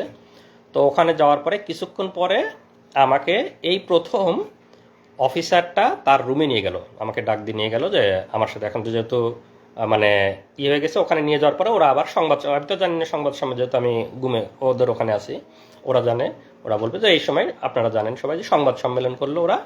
ওরা সংবাদ সম্মেলন ডাকে, সব সাংবাদিক ডাকে, সব ওদের, যেহেতু তখন তো দালাল মিডিয়া ছিল, এখন ইনশাল্লাহ মিডিয়া সত্য কথা বলবেন, আপনারা সত্য কথা লিখবেন। তো মিডিয়াতে প্রচার করলো যে এই সেই কথিত পিএইচডি গবেষক, সে আসলে কোরিয়াতে কোনো পিএইচডি করতো না, তারা সরকার বিরোধী অপপ্রচার করত, সরকার বিরোধী লেখালেখি করত, সে গোপনে আজকে কোরিয়াতে পালাই যেতে লাগছিল, আমরা গোপন তথ্যের ভিত্তিতে বিমানবন্দর স্টেশন থেকে তাকে গ্রেপ্তার করে নিয়ে আসছি। তো এরকম সরকার মানে তাদের মতো করে সাজায় তারা সংবাদ সম্মেলন করে বিভিন্ন মিডিয়াতে দিয়ে দিল। দিয়ে দেওয়ার পরে ওখানে আমি তো এগুলো জানি, যেহেতু আমাকে ওখানে রাখছে, তারপরে আমাকে অফিসারটা তার রুমে ডাকলো চোখ খোলা অবস্থা, এই প্রথম। তো তখন যখন আমাকে ডাকছে তখন আমি প্রথমবারের মতো তার মানে রুমে ঢোকার আগে তার নেম প্লেটটা একবার দেখে গেছি যে কে। পরে তো ভিতরে ঢুকে তার সাথে আমার নাম ধাম ইয়েটেগুলো, যে তোমার নামে এখন মামলা দেওয়া হবে, আমরা তোমার নামে ডিজিটাল নিরাপত্তার মামলা দিয়ে তোমাকে ইয়ে করে দিবে, এরকম বলতেছে আর কি। তো যেহেতু নেম প্লেটটা দেখে গেছে, এই সময় আমি বলতেছি যে এই শুয়োরটা হলো আমাকে গুম করা থেকে শুরু করে সব কিছু নিজে হাতে করছে, এবং আমরা বসিলা মোহাম্মদপুর ক্যাম্পে যে 5 জন ছিলাম, 5 জনকে সে নিজে হাতে গুম করছে। এবং পরবর্তীতে আমি জেলে ছিলাম, জেলে থাকা অবস্থায় অনেকের সাথে কথা, তাদেরকেও সে গুম করছে। তা আমি তার ছবিটা আমার কমেন্টে দিয়ে দিব আপনাদের ইয়েতে, তার বিস্তারিত। তার নাম হলো মহিউদ্দিন ফারুকি 2018 সালে র‍্যাব 2 বসিলা মোহাম্মদপুরে সে ছিল কোম্পানি কমান্ডার। পরবর্তীতে সে ওখান থেকে চলে যায় হলো পুলিশ সদর দপ্তরের সাপ্লাই শাখার এআইজি ছিল। এতটুকু পর্যন্ত তার ইনফরমেশন আমি জানি। এটা হলো মহিউদ্দিন ফারুকি। এটা হলো মহিউদ্দিন ফারুকের ছবি। আমরা জাস্ট ছবিটা আপনাদেরকে দেখাচ্ছি, আমি পরবর্তীতে আমার কমেন্টে দিয়ে দেবো বিস্তারিত। এইটা হলো সেই মহিউদ্দিন ফারুকি। এই শোর আমাকে গুম করছে এবং আমার সাথে যারা 5 জন ছিল তাদেরকে নিজ হাতে গুম করছে। মহিউদ্দিন ফারুকি 2018 সালে র্যাব 2-এর কোম্পানি কমান্ডার, পরবর্তীতে পুলিশ সদর দপ্তরে সাপ্লাই শাখার এআইজি ছিল। আপনারা এর লিখে রাখবেন এবং এর ব্যাপারে আপনারা অবশ্যই তো অ্যাকশন নেবেন যারা মানবাধিকার কর্মী এবং যারা আছেন আইন শৃঙ্খলা রক্ষাকারী বাহিনী। তো আমাকে ওই সময় একবার জিজ্ঞাসাবাদ যেহেতু করে, আমি ওর নেম প্লেটে দেখে গেছি। তো পরবর্তীতে ওখান থেকে আমাকে ওখানেই রেখে দেয়, এদিকে সংবাদ সম্মেলন টিয়ে করে আর কি। আর এর ব্যাপারে আরেকটু বলে রাখি, মহিউদ্দিন ফারুকি এরা তো হলো যে আমাদের নামে বিভিন্ন রকম অপবাদ দিয়ে আমাদেরকে মানে কালার করার বা আমাদেরকে অপমানিত করার চেষ্টা করেছে। এই মহিউদ্দিন ফারুকি আপনারা নাম দিয়ে সার্চ দেবেন, মহিউদ্দিন ফারুকি নাম দিলেই দেখবেন এর নামে বিভিন্ন রিপোর্ট আইছে। পুলিশ সদর দপ্তরের সাপ্লাই শাখার এআইজি থাকা অবস্থায় নারী কেলেঙ্কারিতে এক মহিলাকে, সে অবিবাহিত মানে বিবাহ বহির্ভূত মহিলাকে নিয়ে এসে সে নিয়মিত তার সাথে শারীরিক সম্পর্ক করত তার অফিসেই, এবং সেই মহিলা এক পর্যায়ে প্রেগনেন্ট হওয়ার পরে সে মহিলাকে কোনোভাবে জোর করে ওষুধ খাওয়ায় অ্যাবর্শন করানোর পরে পরবর্তীতে আবার সে শারীরিক সম্পর্ক করতে থাকে, মহিলাটা আবার প্রেগনেন্ট হয়। পরবর্তীতে যখন সে আবার জোর করে অ্যাবর্শন করাতে যায়, তখন মহিলাটাও কোনোভাবে, উনি হয়তো আমার এই লাইভ যদি কোনোভাবে শুনে থাকে, মহিলাটাও কোনোভাবে হয়তো কোনো পাওয়ারফুল কারো মানে পরিচিত, সে তখন সেটা মানে মামলা করে তার নামে এবং সংবাদ সম্মেলন করে। এই মানে শোরের নামে আপনারা সার্চ দিলেই পাবেন মহিউদ্দিন ফারুকি ভ্রূণ হত্যা মামলা, তার নামে 2টা না 3টা মামলা হয়েছে এবং সে তখন সাময়িক বরখাস্ত, র্যাব সদর দপ্তর মানে পুলিশ সদর দপ্তর সাপ্লাই শাখার এআইজি থাকা অবস্থায় তখন থেকেই সে সাময়িক বরখাস্ত। এগুলো হলো এদের চরিত্র। এরা হলো এরকম মানে বিবাহ বহির্ভূত এরকম মানে ব্যভিচার এগুলা নিয়ে থাকে এবং তারা আমাদের নামে বিভিন্ন রকম অপবাদ দেওয়ার চেষ্টা করে এবং তখন থেকেই মানে সাময়িক বরখাস্ত অবস্থায় আছে। এগুলো হলো এদের বাস্তব চরিত্র। তো ওখান থেকে তারপরে আমাকে যখন ওখানে রাখে, সংবাদ সম্মেলন করার পরে আমাকে নিয়ে পেপার পত্রিকায় ওদের মতো করে ভুয়া রিপোর্ট দেয়। এবং ওই দিন রাতে আমি যেহেতু বিমানবন্দরে চিল্লা চেঁচামেচি করছি যে আমাকে ওরা গুম করে রাখছিল, আমাকে কেউ ছবি তোলেন, কেউ আমার একটা ছবি তুলে রাখেন, আমাকে এরকম বলছি। তো তখন ওই দিন রাতে ওরা এইটা বুঝতে পারছে যে আমি লোকজনকে বলে দেওয়ার চেষ্টা করছি, ওদেরকে ধরা খাওয়ানোর চেষ্টা করছি। তো ওই দিন রাতে আমাকে ভয়ানক টর্চার করছে, শারীরিক টর্চার, যে তুই খুব চালাক না, তুই আমাদেরকে ধরাই দেওয়ার চেষ্টা করছিস যাতে আমরা ধরা পড়ে যাই, আমরা তোকে গুম করছি, এরকম চিল্লা চেঁচামেচি মানে অনেক অকথ্য ভাষায় গালিগালাজ করছে এবং ওই দিন রাতে আমাকে টর্চার করছে। তো টর্চারটা এরকম, রাতের বেলা আমি বলি আসলে, ওই দিন রাতে আমাকে চোখ বেঁধে ওদের আবার রুমে নিয়ে যায়, মানে দিনে চোখ খোলা ছিল, রাতের বেলা চোখ বাঁধা অবস্থায় আবার রুমে নিয়ে যায়। রুমে নিয়ে গিয়ে আমার এভাবে 2 হাতটা এরকম বাঁধে, এখানে হাত বাঁধে, আমার 2 পা বাঁধে, 2 পা এবং 2 হাত বাঁধে। আমার এই হাতের মধ্যে দিয়ে এই দিক দিয়ে একটা বাঁশ মতো ঢুকাই, আমি তো চোখ বাঁধা দেখতে পাচ্ছি না, বাঁশ মতো এরকম আড়াআড়ি ঢুকাই দেয় এবং আমার পায়ের উপরে এখানেও আড়াআড়ি একটা বাঁশ মতো রেখে দেয়। তো 2টা বাঁশ, আমার দুই পায়ের উপর আড়াআড়ি একটা, আমার হাতের উপর আড়াআড়ি একটা।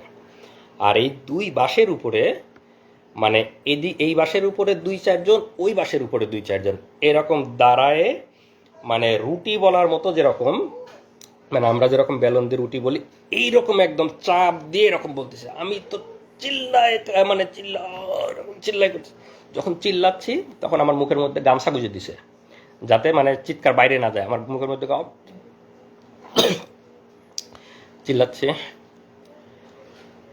পরে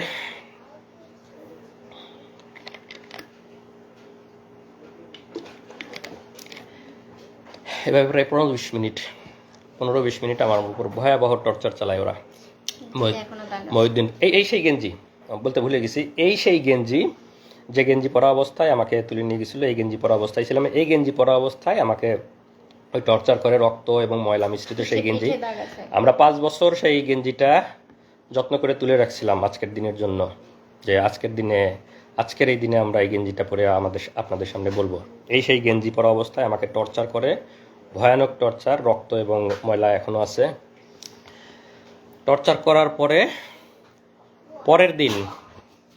পরের দিন সকালে আমাকে থানায় পাঠাবে। আমার নামে এর আগে কোনো মামলা নাই, কোনো রিপোর্ট নাই, কোনো মামলা নাই। এখন তো আমাকে থানায় দিতে গেলে একটা মিথ্যা মামলা দিতে হবে।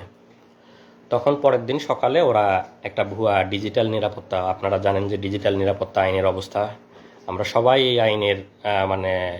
এই আইনের যে কালো দিক সেদিকের শিকার, মানবাধিকার কর্মীরা, সাংবাদিকরা, আমরা যারা বাক স্বাধীনতায় বিশেষ করে আমরা সবাই শিকার। তা আমার নামে ভুয়া ডিজিটাল নিরাপত্তা আইনে একটা মামলা দেয়।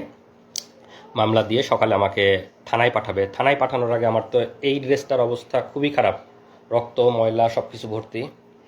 তো এইটা করে যখন আমি থানায় যাব, থানা থেকে যখন কোর্টে উঠবো, তখন তো সবাই দেখবে আমার অবস্থা। তখন ওরা করে কি, আমার যেহেতু লাগেজ ওদের কাছেই, আমাকে এয়ারপোর্ট থেকে তুলে নিয়ে গেছে, লাগেজ তো ওদের কাছেই, লাগেজে আমার জামা কাপড় আছে, লাগেজ থেকে অন্য একটা গেঞ্জি নিয়ে আসলো। অন্য একটা গেঞ্জি নিয়ে এসে আমাকে বললো যে এটা চেঞ্জ কর। এটা খুলে আমাকে ফ্রেশ যে একটা গেঞ্জি, সেই একটা গেঞ্জি পরতে দিল, এই গেঞ্জিটা পর। তো আমার হাত পায়ের আমার ওঠার মতো অবস্থা নেই, কোনো মতে ওরাই পরাই দিল। আমি কোনো মতো করে পরে গেঞ্জিটা চেঞ্জ করে এই গেঞ্জিটা আমার লাগেজে, ভাগ্যিস সেই গেঞ্জিটা ওরা আমার লাগেজে দিয়ে রাখছিল, এটাই করে লাগেজেই ফেলে দিয়ে রাখছে। পরবর্তীতে তো আমি জেল থেকে বের হওয়ার পরে যখন লাগেজ নিয়েছি, তখন আসলে এই গেঞ্জিটা আবার পাইছি। তো আমাকে ফ্রেশ একটা গেঞ্জি পরায়ে আমাকে থানায় পাঠায় দেয়। থানায় পাঠায় দিয়ে সেখানে যেটা বললাম যে আমার নামে মিথ্যা ডিজিটাল নিরাপত্তা আইনে মিথ্যা মামলা দেয়। মামলা দেওয়ার পরে আমি তো থানায় এসে, দিকে তো আমার পরিবার খোঁজাখুঁজি করতেছে, যে সংবাদ সম্মেলন ওরা দেখতে পাইছে যে আমাকে গ্রেপ্তার দেখাইছে, কিন্তু এখনও ওদের সাথে আমার দেখা হয় নাই। আমি তো বুঝতে পারতেছি না যে আমাকে গ্রেপ্তার পেপার পত্রিকায়, মিডিয়া, কারণ আমি তো আমার জগতে। তো এই পর্যায়ে ওরাও খোঁজাখুঁজি করতেছে। তো এখন একটু সংক্ষেপে বলুক যে ওদের থানায় আসার পরের অভিজ্ঞতা। আমার কথা শেষ হয়েছিল যে আমার থেকে টাকা নিল, টাকা নেওয়ার পর তারা কনফার্ম করলো যে টাকা পেয়েছি, একটু পরে ছেড়ে দিব। তো আমরা ওয়েট করছি, আর কোনো খবর নাই। এরপরে যখন অনেক বেশি ভাইরাল হলো, তারপর হচ্ছে আমার কাছে ওই যে আমার হাজবেন্ড বললো না যে যারা গার্ড দিচ্ছিল তাদেরকে অনেক রিকোয়েস্ট করছে, তো সেখানকার একজন আমাকে কল দিয়ে বলছে যে আমি আপনার হাজবেন্ডের ব্যাপারে জানি, উনি ভালো আছে, উনি মারা যায় নাই, উনি ঠিক আছে, আপনারা চিন্তা করিয়েন না। তো আপনারা যে এত একদম ভাইরাল করে ফেলতেছেন, ম্যাসাকার করতেছেন, এই সেই করতেছেন, এগুলা কইরেন না, যত করবেন তত ক্ষতি হবে, এরকম করে আমাকে বলছে। তো তারপর আমি বললাম আমাকে তো কিডন্যাপের কথা বলে টাকা নিছে, তো এগুলা কারা তাহলে? পরে বলে তাই নাকি, টাকা নিছে, আপনারা টাকা দিছেন কেন? তারপরে আমি বললাম আমি তো জানি না, আমাকে বলছে কিডন্যাপ করছি, টাকা দেন, টাকা দিছি, কিন্তু তাকে আর ফিরিয়েও দেয় নাই এবং ফোন নাম্বারও বন্ধ। তখন সেই পুলিশ অফিসার বলছে না, কিডন্যাপ করা হয় নাই, সে ডিবির হেফাজতে আছে এবং তাকে সম্ভবত অ্যারেস্ট দেখানো হতে পারে 2-1 দিন পরে। আপনারা যারা লাইভটা দেখতেছেন একটু শেয়ার করেন, যাতে বাকি সবাই আসলে যে ফ্যাসিবাদ এবং গুম এরা যে কতটা ভয়াবহ, সবাই যেন জানতে পারে। হাসিনার ফ্যাসিবাদের শাসন এবং হাসিনার গুম নিয়ে সবাই যেন জানতে পারে। আপনারা সবাই লাইভটা একটু শেয়ার করে দিন, যাতে সবার কাছে এই ইনফরমেশনগুলো পৌঁছায় যায়। তো ওই পুলিশটা আমাকে ফোন দিয়েছিল হলো দুপুর 11:30 থেকে 12টার এদিকে। তো আমাদের অবস্থাটা এমন ছিল, আমরা কাউকে বিশ্বাস করতে পারছি না তখন, কারণ কিডন্যাপের কথা বলে টাকা নিল, আবার পুলিশ ফোন করে আমাকে বলতেছে যে আপনারা এত ভাইরাল কেন করতেছেন। তো তখন আমাদের মনে হচ্ছে যে ওরা আমাদেরকে বাধা দেওয়ার জন্য হয়তো বা মিথ্যা কথা বলতেছে, আমাদের মনের ভেতরে সেই ধুকপুকুনি কমে নেই। তারপরে যাই হোক সারাদিন চলে গেল। বিকাল 3টা 2:45 থেকে 3টা এর মধ্যে হচ্ছে আমার ভাসুর, যারা ঢাকায় ছিল, আমার ভাসুর আমাকে ফোন দিয়ে বলল যে সংবাদ সম্মেলন করে ওরা তো মনিকে অ্যারেস্ট দেখাইছে। তো রেলওয়ে থানায় অ্যারেস্ট দেখাইছে। আর আমরা হচ্ছে তার করছিলাম, জিডি করছিলাম হচ্ছে দক্ষিণ খান থানায়। তো রেলওয়ে থানায় অ্যারেস্ট দেখাইছে। আমার ভাসুরা সাথে সাথে সেখানে গেছে, যে তার সাথে দেখা করতে চাইছে, বলছে যে না এখন দেখা করা যাবে না এরকম। তো তখন আমার ভাসুর আমাকে বললো যে তুমি এখনই রওনা দাও, হয়তো তোমাকে দেখা করতে দিবে, তুমি সাফওয়ানকে নিয়ে এখনই চলে আসো। তখন আমি আমার ট্রেন ছিল আমার ইসলামপুরে, জামালপুরে, তখন ট্রেন ছিল 3:30, আমি সেই ট্রেনে তখনই রওনা দিই আমার বাচ্চাটাকে নিয়ে। তো এর মধ্যে যে 3টা দিন গেছে, এই 3 দিনে আমি শুধু একটু পানি খেয়েছিলাম। এবং আমার বাচ্চাটা তখন কোথায় যাচ্ছে, কি খাচ্ছে, আমি কিছুই জানি না। তো সেই অবস্থায় আমি আমার ছোট বাচ্চাটাকে নিয়ে আমি আমার দুলাভাইয়ের সাথে করে ট্রেনে যাচ্ছি।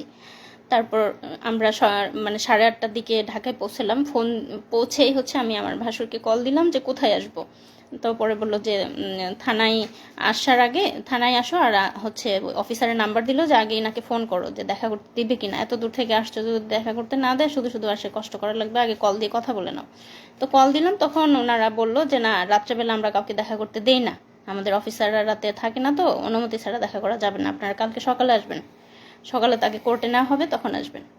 তো আমি তো 3-4 দিনের এই ধকল, তার মধ্যে বাচ্চাটা নিয়ে এক আত্মীয়র বাসায় উঠেছি। আমার বাচ্চাটার অযত্নে ওর মানে পেটে গ্যাস হচ্ছে, মানে ওর প্যান্ট নষ্ট হচ্ছে, এরকম অবস্থা। তারপরে মানে যাই হোক, আমার তখন ফিলিংসটা এমন ছিল যে আল্লাহ, পাওয়া তো গেছে, সে তো বেঁচে আছে, এটাই আলহামদুলিল্লাহ। হ্যাঁ, তখন এরকমই ছিল। আমার খালি মনে হচ্ছে কখন সকাল হবে, আমি কখন দেখতে যাব। তারপর সকালবেলা আসলাম। তো আসার পরে হচ্ছে 10:30টার দিকে আমি রেলওয়ে থানার সামনে সে আমার ছোট বাচ্চাকে নিয়ে আমার ভাসুররা ছিল কোর্টে, মানে আমাদের কথা ছিল এমন যে যদি কোর্টে নিয়ে যায় যেন ওনারা দেখতে পায়, আবার থানায় থাকলে যেন আমি মানে যে কেউ একজন যেন দেখতে পারি, যে কেউ। তো ওনারা ওখানে ছিল, আর আমি আমার দুলাভাই সহ বাচ্চা সহ আমরা হচ্ছে রেলওয়ে থানার সামনে দাঁড়ায় আছি। আমরা হচ্ছে বারবার জিজ্ঞেস করতেছি, আমাকে তো কিছু বলতেছে না যে আছে কি না আসলে, বা এই সে কিছুই বলতেছে না। তো তখন আমার শ্বশুরবাড়ি যেহেতু পাবনা, আমার শাহজাদপুর পাবনার কাছাকাছি এক এলাকার একটা পুলিশ ছিল, উনি আমাকে বলল যে আপনারা অপেক্ষা করেন, আছে উনি এখানে, কিছুক্ষণ পর বের করা হবে। তো সকাল 10:30 থেকে 12:30 পর্যন্ত রোদের মধ্যে দাঁড়াই ছিলাম। আমাদেরকে থানায় ঢুকতে দেয় নাই, ওখানে কোনো বসার জায়গা ছিল না, এবং ওখানে যেহেতু স্টেশন, চাইলে আমরা যেয়ে বসতে পারতাম। আমাদের কাছে মনে হয়েছে যে 1 মিনিটও এখান থেকে নড়বো না, যদি এর মধ্যে নিয়ে যায়, আমরা কোথাও গেলাম তখন যদি নিয়ে যায়। আমার বাচ্চা তখন হচ্ছে মানে 2-2.5 বছর বয়স, মানে ওর খাওয়া ঘুম সব কিছু উল্টাপাল্টা হয়ে যাচ্ছে। তো যাই হোক, তারপরে তাকে 12:30টার দিকে হচ্ছে বের করলো। যখন বের করলো দেখি যে তার 2 হাত বাঁধা, এবং মানে এই যে আপনারা দেখছেন আসিফ মাহতাব স্যারকে যেভাবে বেঁধে বের করছে কোর্টে, সেভাবে তাকে বেঁধে বের করছে। আমি দৌড়ে চলে গেছি, দৌড়ে গিয়ে তাকে জড়ায় ধরে খালি আলহামদুলিল্লাহ বলছে, আর বলছি যে তুমি একটুও চিন্তা করো না, সব ঠিক হয়ে যাবে। হ্যাঁ, আমি কাঁদি নাই, আমি তাকে সাহস দিছি, আমি বলছি যে সব ঠিক হয়ে যাবে ইনশাল্লাহ, তুমি একটুও চিন্তা করো না। ও আমাদেরকে দেখে অবাক হয়ে গেছে যে আমরা কিভাবে জানলাম, কিভাবে এখানে আসলাম। তো আমার মানে আমরা ওখানে যাওয়ার সাথে আমার তো ধারণাই নাই যে ওরা মিডিয়ার মাধ্যমে জানছে, মানে থানার সংবাদ পাইছে, থানাতে চলে, কারণ আমি তো থানার মধ্যে, মানে আমি কিছুই বুঝতে, মানে আমি ওদেরকে দেখে অবাক হয়ে গেছি যে মানে ওরা এখানে চলে আসছে। আমি আমার ছেলেকে নিয়ে আমি যখন গেলাম দৌড়ায়, ওরা আমাদের কুকুরের মতো দূর দূর করে মানে ইয়ে করে দিচ্ছে, তাড়া দিচ্ছে, এই চলে যান চলে যান, খবরদার কাছে আসবেন না, কাছে আসলে কিন্তু আসামিকে টর্চার করবো, খবরদার কাছে আসবেন না। তো ও আমার বাবুকে জাস্ট একটা চুমা দিতে আসছিল, মানে ঠোঁটটা কাছে নিয়ে আসছে আমার বাবুর গালের কাছে, ওরা দিতে দেয় নাই। ওরা ওকে দড়ি ধরে টান দিয়ে হেঁচকে টান দিয়ে নিয়ে গেছে। এই দৃশ্য আমি কোনোদিনও ভুলবো না। তারপর যাই হোক, ওনাকে একটা সিএনজিতে উঠালো, পাশে তো 3-4 জন পুলিশ ছিল, তো সাথে সাথে আমরা আরেকটা সিএনজি ভাড়া করলাম। ভাড়া করার পরে আমাদেরই হলো যে আমরা ওদেরকে পুরো ফলো করব, ওরা যেদিক দিয়ে যাচ্ছে আমরা ওইভাবে।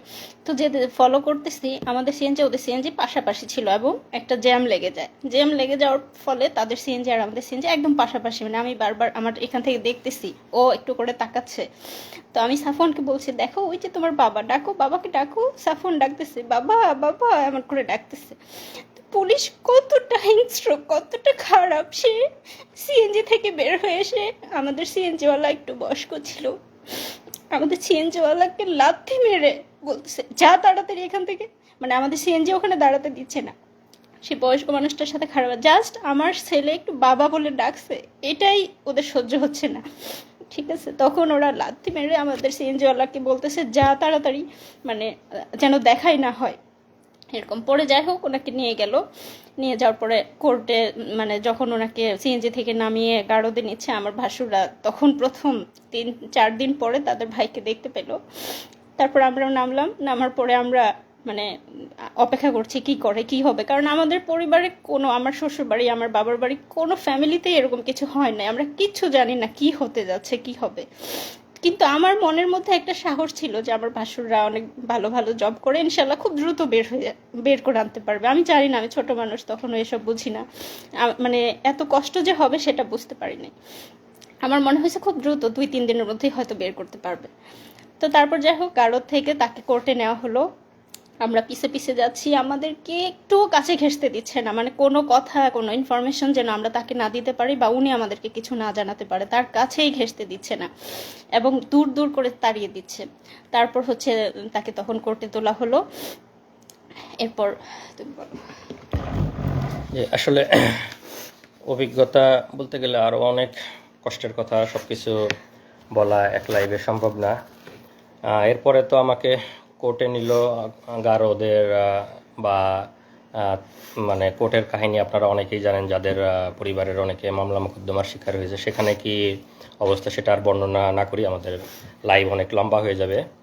তো আমাকে সেখানে যেহেতু বললাম যে ডিজিটাল নিরাপত্তা আইন, সরকার যে আইনটা করছে আমাদের বাক স্বাধীনতা হরণের আইন, আমাদের স্বাধীনতা হরণের আইন, সেই আইনে মিথ্যা মামলা দেয়। মামলা দিয়ে আমাকে কোর্টে চালান দেয় এবং কোর্ট থেকে আমাকে রিমান্ড দেওয়া হয়। আইনজীবী, আমি তখন আমার আমার আমার আইনজীবী বলছে যে পিএইচডি করে, পিএইচডি শেষ মানে শেষের ইয়েতে, মানে স্কলার, সে রিসার্চার। এত কিছু শোনার পরেও বিচারক আমাকে রিমান্ডে দিছে, আসিফ মাহতাব স্যারকে বা আমাদের সম্মানিত শিক্ষকদেরকে যেভাবে দেওয়া হয় সেভাবে আমাকে প্রথমে 3 দিনের রিমান্ডে দেয়, পরে আরও 1 দিনের রিমান্ড এবং সেগুলার অভিজ্ঞতা বর্ণনা করতে গেলে আরও অনেক লম্বা হয়ে যাবে। তো সেগুলো আজকে বর্ণনা না করি। তো 3 দিনের মানে রিমান্ডগুলো শেষ হওয়ার পরে আমাকে রিমান্ডের ওখানে আমার ফ্যামিলির কাছ থেকে টাকা দাবি করছে, আমার কাছে ফ্যামিলির কাছ থেকে টাকা করছে, আমার ওখান থেকে টাকা নিছে। আমার মোবাইলটা ওদের কাছে ছিল। মানে হাসিনা তো সারা বাংলাদেশে মানে পুলিশ এবং সব জায়গায় যে দুর্নীতি করছে, ওরা ওখানেই আমাকে বলতেছে যে মানে টাকা দিতে হবে। মানে ওখানে আমি কিভাবে টাকা দিব, তখন মানে আমাকে বিভিন্ন রকম ভয়ভীতি দেখাচ্ছে, আমার ফ্যামিলির উপর করবে, ফ্যামিলির উপর মানে ফ্যামিলিকেও জড়াবে এগুলোর মধ্যে। তখন আমি ওদেরকে বললি যে আমার মোবাইলটা আপনাদের কাছে আছে কিনা। হ্যাঁ, মোবাইল আছে। তখন আমি যেহেতু ইন্টারনেট ব্যাংকিং ইউজ করতাম, আমার কোরিয়ার যে ইন্টারনেট ব্যাংকিংয়ের অ্যাপস আমার মোবাইলে ইনস্টল করা ছিল, আমি ওখান থেকে ওদের মানে বিকাশে মানে ইনস্ট্যান্ট 10,000 টাকা ট্রান্সফার করে দেই। তখন মানে একটু মানে ঠান্ডা, মানে পুলিশ তো ঘুষখোর, মানে আমাদের কাছ থেকে 1 লাখ টাকা ওদের কাছ থেকেও চাইছে। তারপরে আমাকে মিথ্যা মামলা রিমান্ড শেষ করার পরে আদালতের মাধ্যমে আমাকে জেলে পাঠায় দেয়। তো জেলের অনেক অভিজ্ঞতা, জেল, রিমান্ড এগুলা বলতে গেলে আসলে আরও বিস্তারিত বলার সময় নাই, লাইভও লম্বা হয়ে যাবে। তো জেলের সবচেয়ে সুন্দর একটা অভিজ্ঞতা হলো যে আমাদের শহীদ দেলোয়ার হোসেন সাইদি হুজুরের সংস্পর্শ পাইছি আমি ওই সময়। সাইদি হুজুর এবং আমাকে কেরানীগঞ্জ জেল থেকে কাশিমপুর জেলে পাঠানো হয়েছিল। তো কাশিমপুর জেলে যখন ছিলাম, সাইদি হুজুর সেখানে ছিলেন। আমি এবং সাইদি হুজুর প্রায় 20-25 দিন একসাথে ছিলাম। বিকালে আমরা একসাথে হাত ধরে হাঁটতাম, সাইদি হুজুরের সাথে গল্প করতাম। অনেক অনেক অনেক নসিহা করছে, আমার হাত ধরে আমার ওই যে টর্চার করছে, আমার আঙ্গুলগুলো প্রায় আমি 3 মাস এই 2টা আঙ্গুল মানে কোনোভাবেই আমি মানে এরকম ভাঁজ করে এই 3টা আঙ্গুল দিয়ে আমি খাওয়া দাওয়া করতাম। এই 2টা আঙ্গুলের কোনো ফিলিংস ছিল না। ওরা এমনভাবে মানে টর্চার করে যে এখানে বাইরে থেকে বোঝা যায় না, ভিতরের নার্ভ এবং ভেসেলগুলো যাতে ড্যামেজ হয়ে যায়। তো এই কারণে চাপ দেওয়ার ফলে হাত এবং পায়ের নার্ভগুলো কাজ করে না। বাইরে থেকে দেখে মনে হবে যে হালকা একটু দাগ বা এর মতো, কিন্তু ভিতরের নার্ভ মানে ড্যামেজ হয়ে যায়। এই কারণে দেখা যায় যে এদিকের সাপ্লাইগুলো বন্ধ হয়ে যায়। তো আমার এই 2টা আঙ্গুল প্রায় 3 মাস কোনো ফিলিংস পাইতাম না আমি। এবং আমি যেহেতু রিসার্চার, আমি পাইপেট ইউজ করি, আমি তো সবসময় এই ফিঙ্গারটা ইউজ করতে হয়। এই ফিঙ্গারের আমি কোনো মানে পাইতাম, কোনো ফিলিংসই পাইতাম না। এটা তো এই ভাঁজ করা বা কোনো ফিলিংস ছিল না এই 2টা আঙ্গুল প্রায় 3 মাস।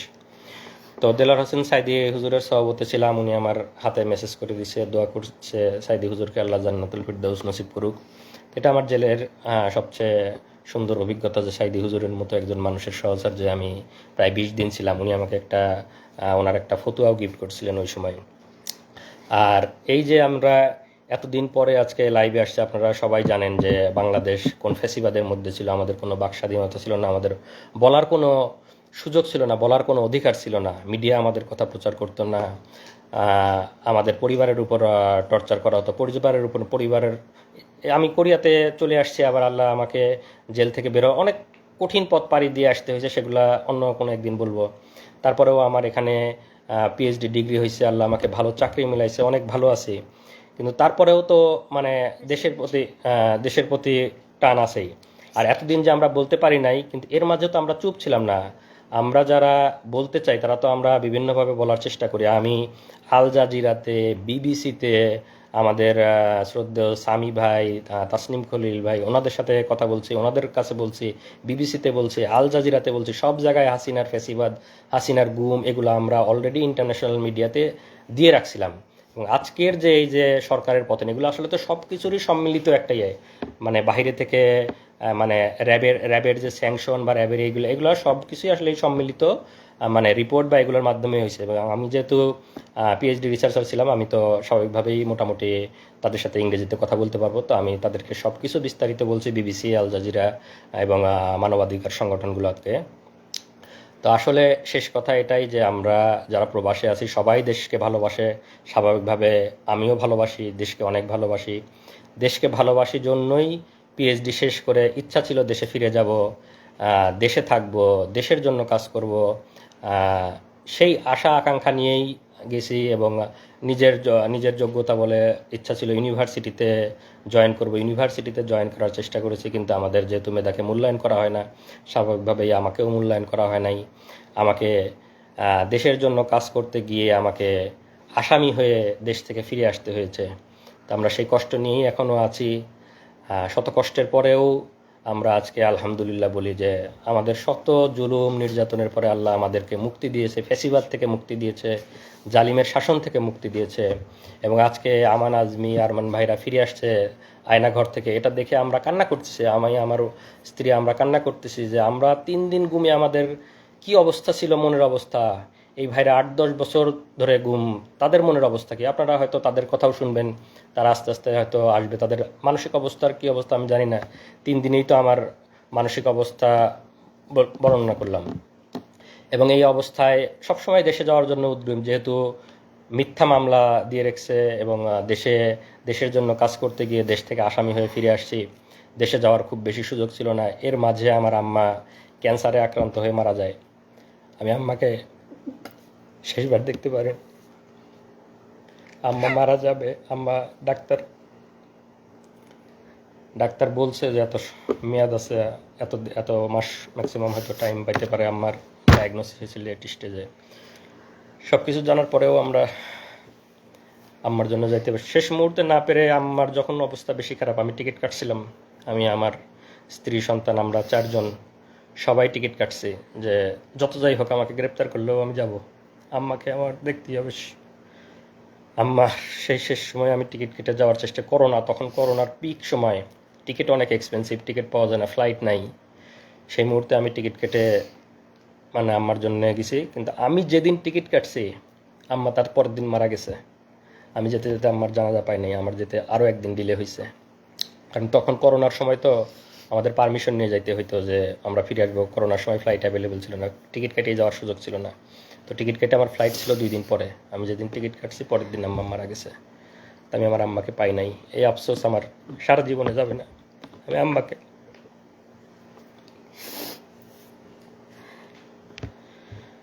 আপনারা আমাদের জন্য দোয়া করবেন। যারা যারা হাসিনার জালিম হাসিনার ফ্যাসিবাদের কবলে আছেন সবার জন্য আমাদের দোয়া থাকবে। এবং যারা যারা আজকে আয়নাঘর থেকে ফিরে আসতেছেন তাদের জন্য দোয়া থাকবে। এবং আমরা আবার ফিরে আসতে চাই, শত নির্যাতনের পরেও আমরা চাই আমরা দেশে ফিরে আসব, দেশের জন্য কাজ করব। নতুন দেশ গঠনে আমরা সবাই একসাথে ঐক্যবদ্ধভাবে কাজ করব। এবং আমাদের নতুন বাংলাদেশ হবে সুজলা সুফলা, এবং যেখানে কোনো দুর্নীতি থাকবে না, যেখানে কোনো ফ্যাসিবাদ থাকবে না। এই ডিজিটাল নিরাপত্তা আইন, বাক স্বাধীনতা হরণের আইন উঠিয়ে দেওয়া হবে। এবং আমি আশা করি যারা মানবাধিকার সংস্থায় আছেন, যারা নতুন সরকার গঠন করবেন, তারা এই ফ্যাসিবাদী এবং বাক স্বাধীনতা হরণকারী এই ডিজিটাল নিরাপত্তা আইন আপনারা উঠিয়ে দিবেন। যারা যারা আমরা নির্যাতনের শিকার তাদেরকে এই জুলুম থেকে আপনারা মুক্তি দেবেন। এবং আমি পরিশেষে যে ছাত্র আন্দোলনের মাধ্যমে এই ফ্যাসিবাদ, এই জুলুম থেকে আমরা মুক্তি পেয়েছি আল্লাহর অশেষ মেহেরবানিতে, তাদেরকে আমি ধন্যবাদ দিতে চাই। তাদেরকে ধন্যবাদ দিয়ে আমি ধন্যবাদ দেওয়ার কোনো ভাষা আমার জানা নেই। তাদের এই আন্দোলনের ফলে এবং যারা শহীদ হয়েছেন তাদের আত্মার মাগফিরাত কামনা করি। পরিশেষে আমি বলবো যে আমরা সবাই মিলে ইনশাল্লাহ একটা নতুন বাংলাদেশ গড়ব, যেখানে থাকবে না কোনো ভেদাভেদ, কোনো মারামারি, কোনো এরকম কোনো যাতে আর কাউকে এভাবে লাইভে এসে তার এই কঠিন কঠিন পরিস্থিতির বর্ণনা না করতে হয়। সবাইকে ধন্যবাদ। আসসালামু আলাইকুম ওয়া রাহমাতুল্লাহ।